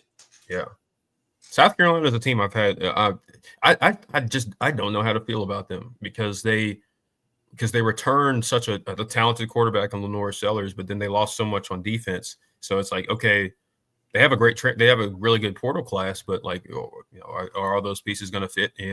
You're always, when you're a program that has to hit on the portal at key positions, from year to year, you're going to see there's always going to be variability in results. So, they could just repeat and improve next year, or they could be about the same, or they could be significantly worse. Even, despite Lenore's, probably taking another step forward. So you don't know. Yeah. But if South Carolina is really good, that's going to be I feel pretty confident Clemson will at least be fairly highly ranked, in the playoff conversation when that game rolls around. If that game comes down to a game for a playoff spot or like an at-large bid for South Carolina or something, like, that's going to be it's going to be some fireworks. That'll be cool. Yeah, I would much rather them just lose every game. I'm not one of those that, man. Oh man, I love it when South Carolina's good. It's great for the rivalry. Man.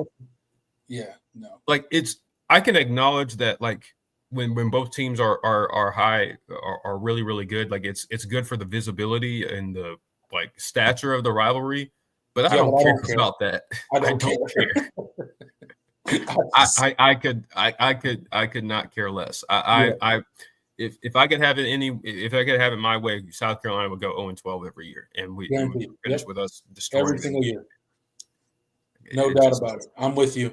And I say that and I say that knowing that that's how they feel on the other side, because I see some Clemson fans that are like there's it's not a huge like portion of the fan base, but I do see some of them that have that attitude of I want South Carolina to be good, so when we beat them, it's like no, because they wouldn't extend us that same courtesy. They didn't. No, when Clemson was winning national championships and going to college football playoffs, they were not like, man, I love what Clemson's doing, because if we beat them, it'll be a big time upset, or it's great for the state that Clemson is winning all these times. Don't care. South Carolina fans were not doing that. No, I'm not extending them that same. No, absolutely. I hope they lose every game from now until forever. And I hope we beat them 80-0. Every single time we play. Yeah. We're like, oh man, well it's nice when there's when it's a close game. No, it's not. Yeah. I like blowing them out every single year. I don't want them to win anything. So if South Carolina never won another football game, I'd be happy about it. I would sleep like a baby. Yeah, sleep extremely well. Yeah. And part of what makes the rivalry so great is they wish the exact same thing upon us. So, it's cool. We both know where we stand. Forget all that. Oh, it's good for South Carolina. Don't nobody care about that. Yeah, no, we don't care, buddy. I don't care. NC Vince says, how about Gideon Davidson wearing that number 9? Love it. Our next ETN Gallman. Yeah, it was really cool to see. That's a good number for running backs at Clemson. It's a good lineage he's following. And did you see that Jakarian Keenan is got number 20? So that means Avion Terrell is going to have a new number. He's going to switch numbers. So okay. I think it might be 8. Probably going to 8. Brother. Yeah. Probably going to 8, which is cool. I get that. Yeah. That'd be cool. That would be really, really cool. So that was nice. Who got? I saw Ari Watford got 99. That was. I'm always weird about edge rushers with like high 90s number. Like it works for some, and then for others, it did. Like Miles Murphy wearing 98. I thought it kind of worked. Yeah, but I like TJ Parker with 3 better than I did with like 12. What was he, 12 last year? Yeah, he was 12 his freshman year, which was that was a terrible number. Like I didn't care for that. Did not look good in 12. 3 XT with really 3 good on him. Yeah. But I mean, Cleveland Farrell, he wore 99. He wore 99, and that worked for him. I don't know. It looks different on different. It's one of those weird things. Yeah. No, you're right. I would have hated to see TJ Parker with a 99 if he. Yeah, I don't think he would have looked right. Like I don't think the three looks good on him. He needs to stick with that. Yeah. Plus, there's obviously a good lineage there of 3s. Really good lineage. It's really good company there. Yeah.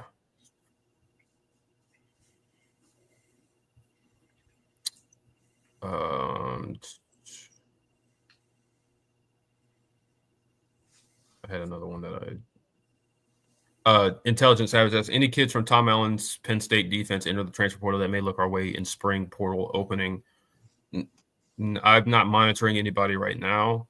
I haven't heard of anybody, but I mean, certainly that's a possibility post spring.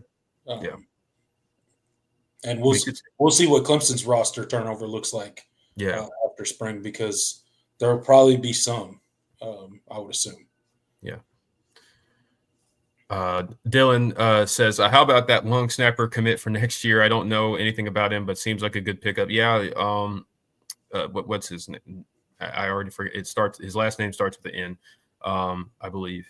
But he was like the number 12 long snapper in the country. Like there's like this one website that just ranks like long snappers, and he was like number 12 in the country. So, and he's a 5-star long snapper. How does one become a 5-star long snapper? Not trying to poke fun at the dude at all. Like, it's not the easiest thing to do, right? Like, there is some technical skill that goes into being a good long snapper. Yeah. But it's a great way to have a long career because you're not taking many hits. Yeah, man. Yeah. If I could get paid like a few $100,000 a year to snap a football, that was the ticket, man. I should not have to block. I should have stuck with long snapping, man. That was I didn't even know. That's what some people do. I mean, in the best ones have done that. Like in the NFL, like they dedicated a lot of their time to long snap. Yeah, I mean, why not? Yeah. I mean, you go get paid for 15 years in the NFL for being a long snapper. Why not? It's not a bad way to live, and you don't have to deal with the hits and things that. Right. Yeah, they can't touch you. Yeah. So may have to roll out and throw a pass on a fake or something. I don't know. I mean, usually you have your quarterback do that, but I guess on punt you got to go cover down. So you might got to go hit somebody then. But I mean, it's not that bad. You're not taking repeated hits over and over and over and over again, right. Play after play after play. So shout out to him. Hopefully that's a good sign. He's commit for next year. So it's good for us. Yeah. It's good for us. Jay says, kind of thought Watford got 99 because he's hurt. Yeah. I doubt he'll stay at 99. I don't know, but I don't really have any reason to think that other than usually our best rushers don't stay at. We'll have some veteran defensive linemen leaving after this season, so they'll probably snatch up one of those numbers when they leave.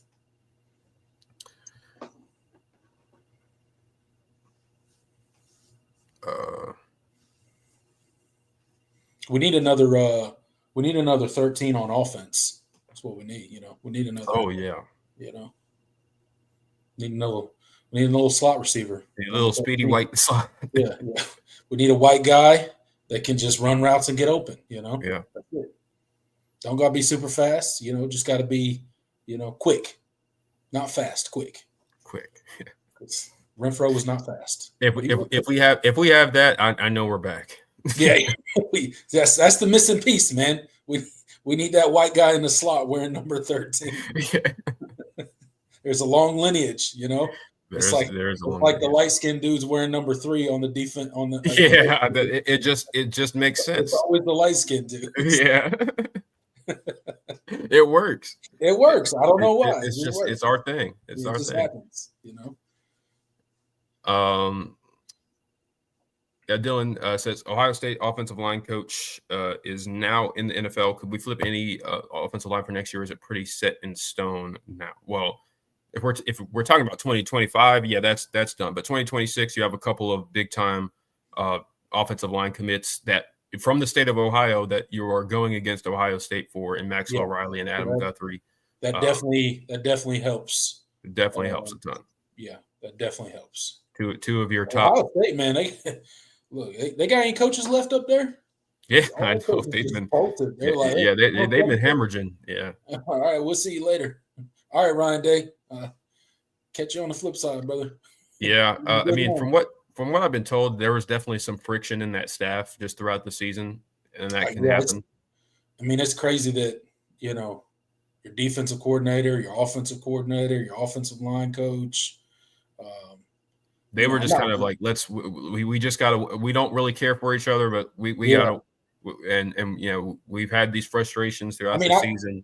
We gotta go and win this for. I would think the Chip Kelly thing was just he wanted to go back to the NFL.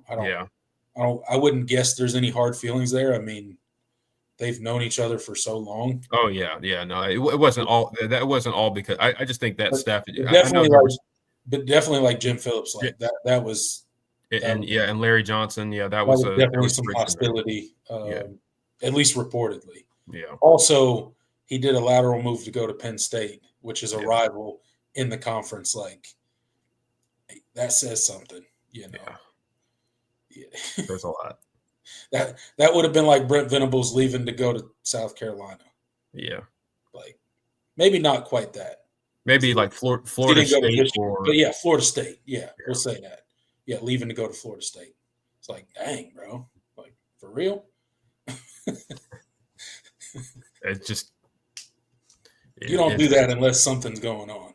Yeah. Again, I don't know. I don't know what went on, but Ryan Day's got his work cut out for him. I mean, I'm sure he'll do fine. They got plenty of money up there. But you're replacing a lot of players and a lot of coaches. Yeah. So they're gonna be interesting. Just get ready, Ohio State fans. I'm not saying you don't recruit well. I'm not saying none of that, but probably not winning a national championship next year. Yeah, they would not be my pick in the preseason right now. Still a lot of time to go. Intelligent Savage has got to get a wide receiver Tristan Smith a lower number. Yeah, he's 80. I mean, it might work for it's kind of been our thing, I guess, lately with Bo Collins wearing 80, and he at least his freshman year he did. Yeah. I don't know. Maybe he changes. I mean, he has 2 years of eligibility because of the JUCO rule. So yeah, maybe you see him wear 80 this year and change next year. You're going to be losing at least one of your one really talented receiver in Antonio. So there might be a couple numbers up for grabs, but who knows? And I've been giving Tristan Smith a lot of thought because, we haven't really talked about him a ton. Yeah. But it's like I keep going back and thinking about. I think Tristan is going to be pretty good, but what if he's really good? And he could be. I mean, the numbers he put up.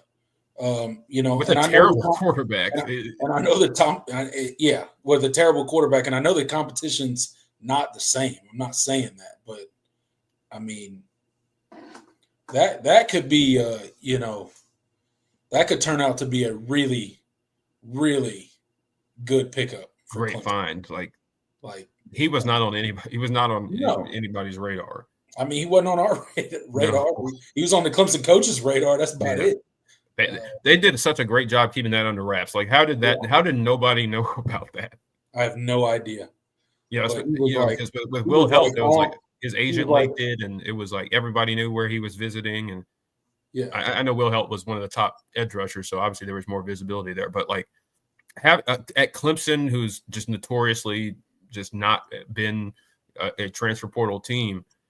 Yeah, like even having anybody hosting any transfer should have felt like it would have been big news. But like, no, came to campus, visited with the coaches, basically, was signed, sealed, and delivered before anybody ever knew that he even knew who Clemson was. Like, what? Like, wait, what? Clemson signed a portal guy. When did he visit? Oh, he was already on campus. Like, what? What you mean? You mean he was at practice? He saw a practice and met with the coaches, and no one knew. No one knew.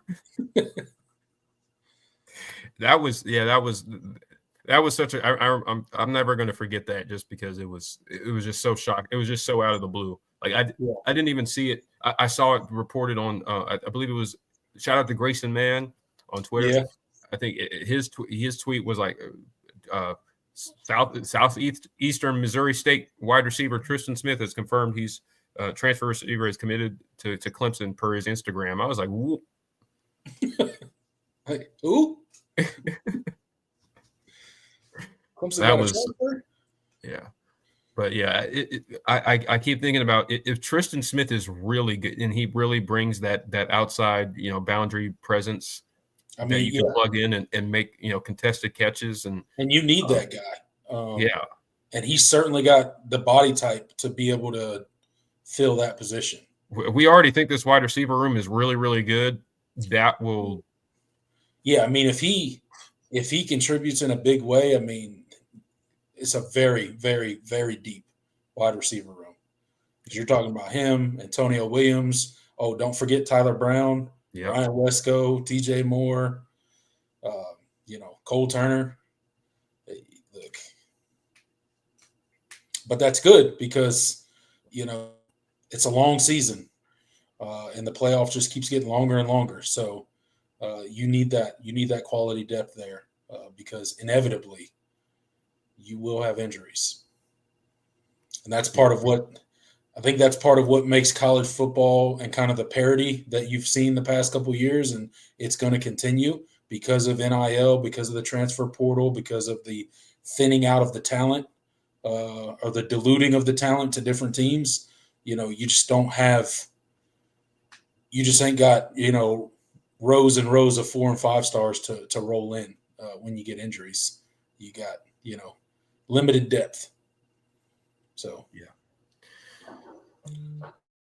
Should be special. I'm so excited to see that. That's obviously one of the rooms I'm most excited about for this season. I think the sky's the limit for this group. Which is why I say that about we've been able to say that.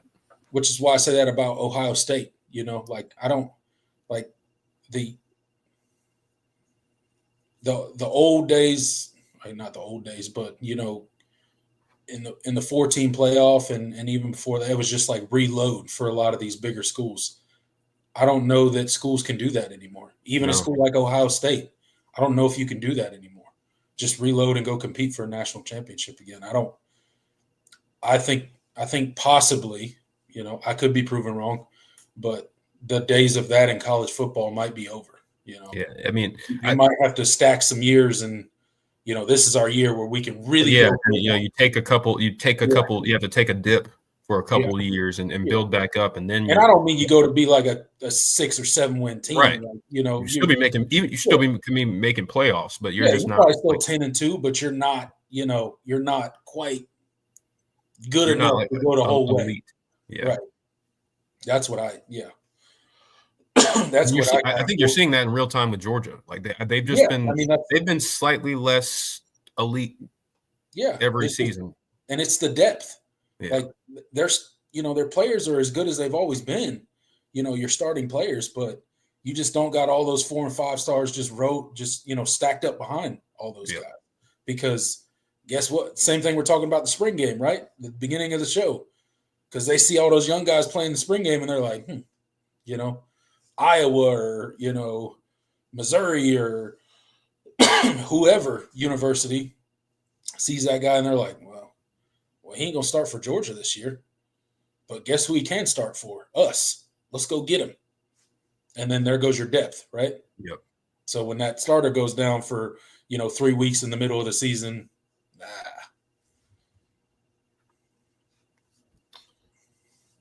All right, we'll do a couple more and then get on out of here. Dylan asks, where is Clemson ranked nationally with returning starters? I know we are near the top. That's a good question. I haven't found any sort of somebody. I'm not going and doing the numbers myself. That's a lot of work. But they'll come out with one. They will come out with one. Clemson returns 16 of 22 starters. That's going to be near the top. Yeah. It's also different and there's also a difference between returning starters and returning production. So that could be correct. That could be a distinction that could be made. But I think Clemson will be at or near the top of both of those. Guaranteed. Yeah. And when you return a senior quarterback, that kind of turned the corner like Cade did last year, you're always going to, get that natural bump from just having that guy on campus. Yeah, returning a quarterback is huge for those numbers. Huge. Yeah. And when you're talking about a guy that put up over 4,000 yards, 40-plus total touchdowns. Yeah. Yeah. 36 passing, 7 rushing. 7 rushing, yeah. Yeah. Crazy. Yep. Nobody would have thought that going into the season from Caleb Klubnik. That's still crazy. And it's one of the least talked about things ever. Like that. That's one of the best statistical passing seasons in school history. Just flat out. Deshaun and Trevor had years like that. Can't think of anybody else. And Taj, of course, that is up there with those guys in terms of numbers. And he was third in the country in passing touchdowns this year.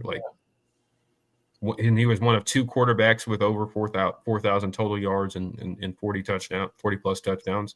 He had an amazing stat line. Yeah. It kind of snuck up on you if you weren't paying attention, like season comes to an end. You're like, wow, that's an impressive stat line. And I think even the most optimistic of us heading into the season would have never. Did not have that on my agenda. I wouldn't have put my money on that. I thought he was going to get better, but I didn't think he was going to be that much better. I was in the range of I think he'll pass for maybe 3,000, 3,100 yards, maybe, a cool 22, 23 touchdowns, maybe 6, 7, 8 picks. Yeah. An improvement over last season, taking care of the football, much less fumbles. Yeah, being a little bit more of a game manager, playing within the system, that kind of stuff. But and that just rushing this year, putting up almost 500 yards rushing and 7 touchdowns. And it's not really the number of rushing yards he had or the number of touchdowns. It was the key moments and when he had those rushes. Yeah. He was a real difference maker when you needed it. Yeah. He used his legs in the right way this past season. Yeah, absolutely.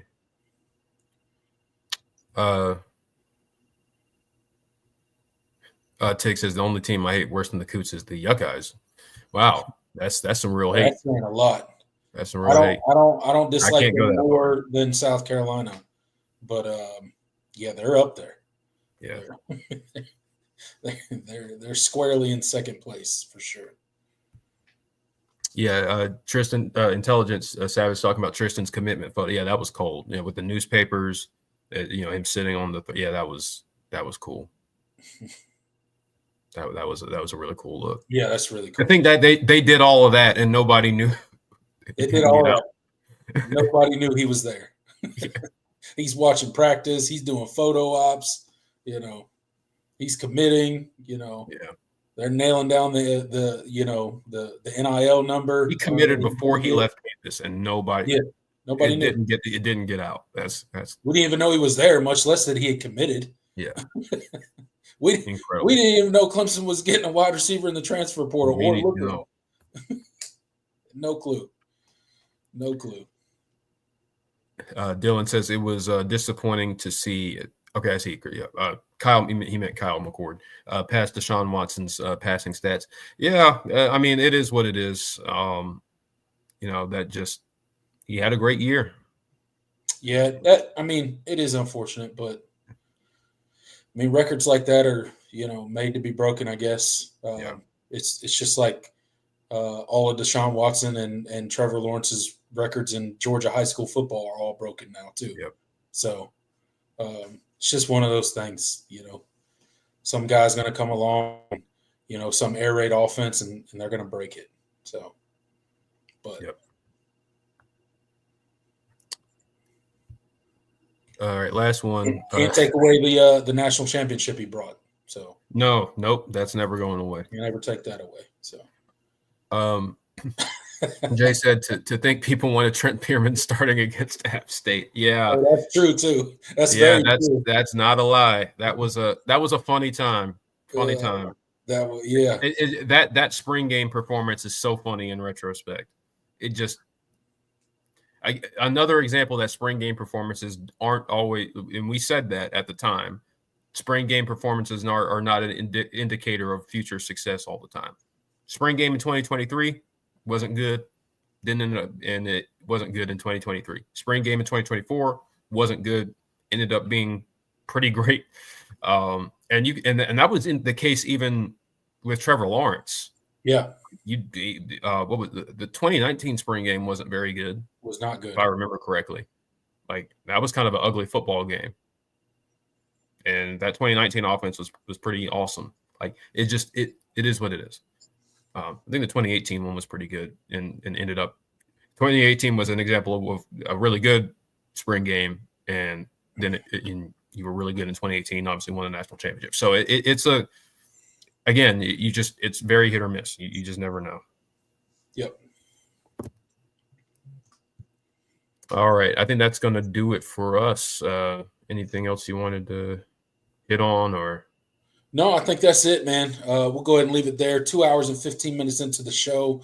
If you add the 20 minutes we wasted at the top trying to get StreamYard to work, it's an extremely long episode. So yeah, we'll go ahead and leave that there. We'll have plenty more to talk about next Wednesday. I'm sure there'll be more things that happen in college football between now and then, and more stuff to talk about Clemson football going forward. We'll have some recruiting next week. Jordan will have some recruiting news for us next week, some roundup of some guys that we are targeting in 2026 and all of that stuff. So be on the lookout for that. That's going to be some good content for you guys. Appreciate each and every one of you for sticking out with us to the end and getting into the comment section and interacting with us. Thankful for each and every one of you, and we'll see you next Wednesday. Yep.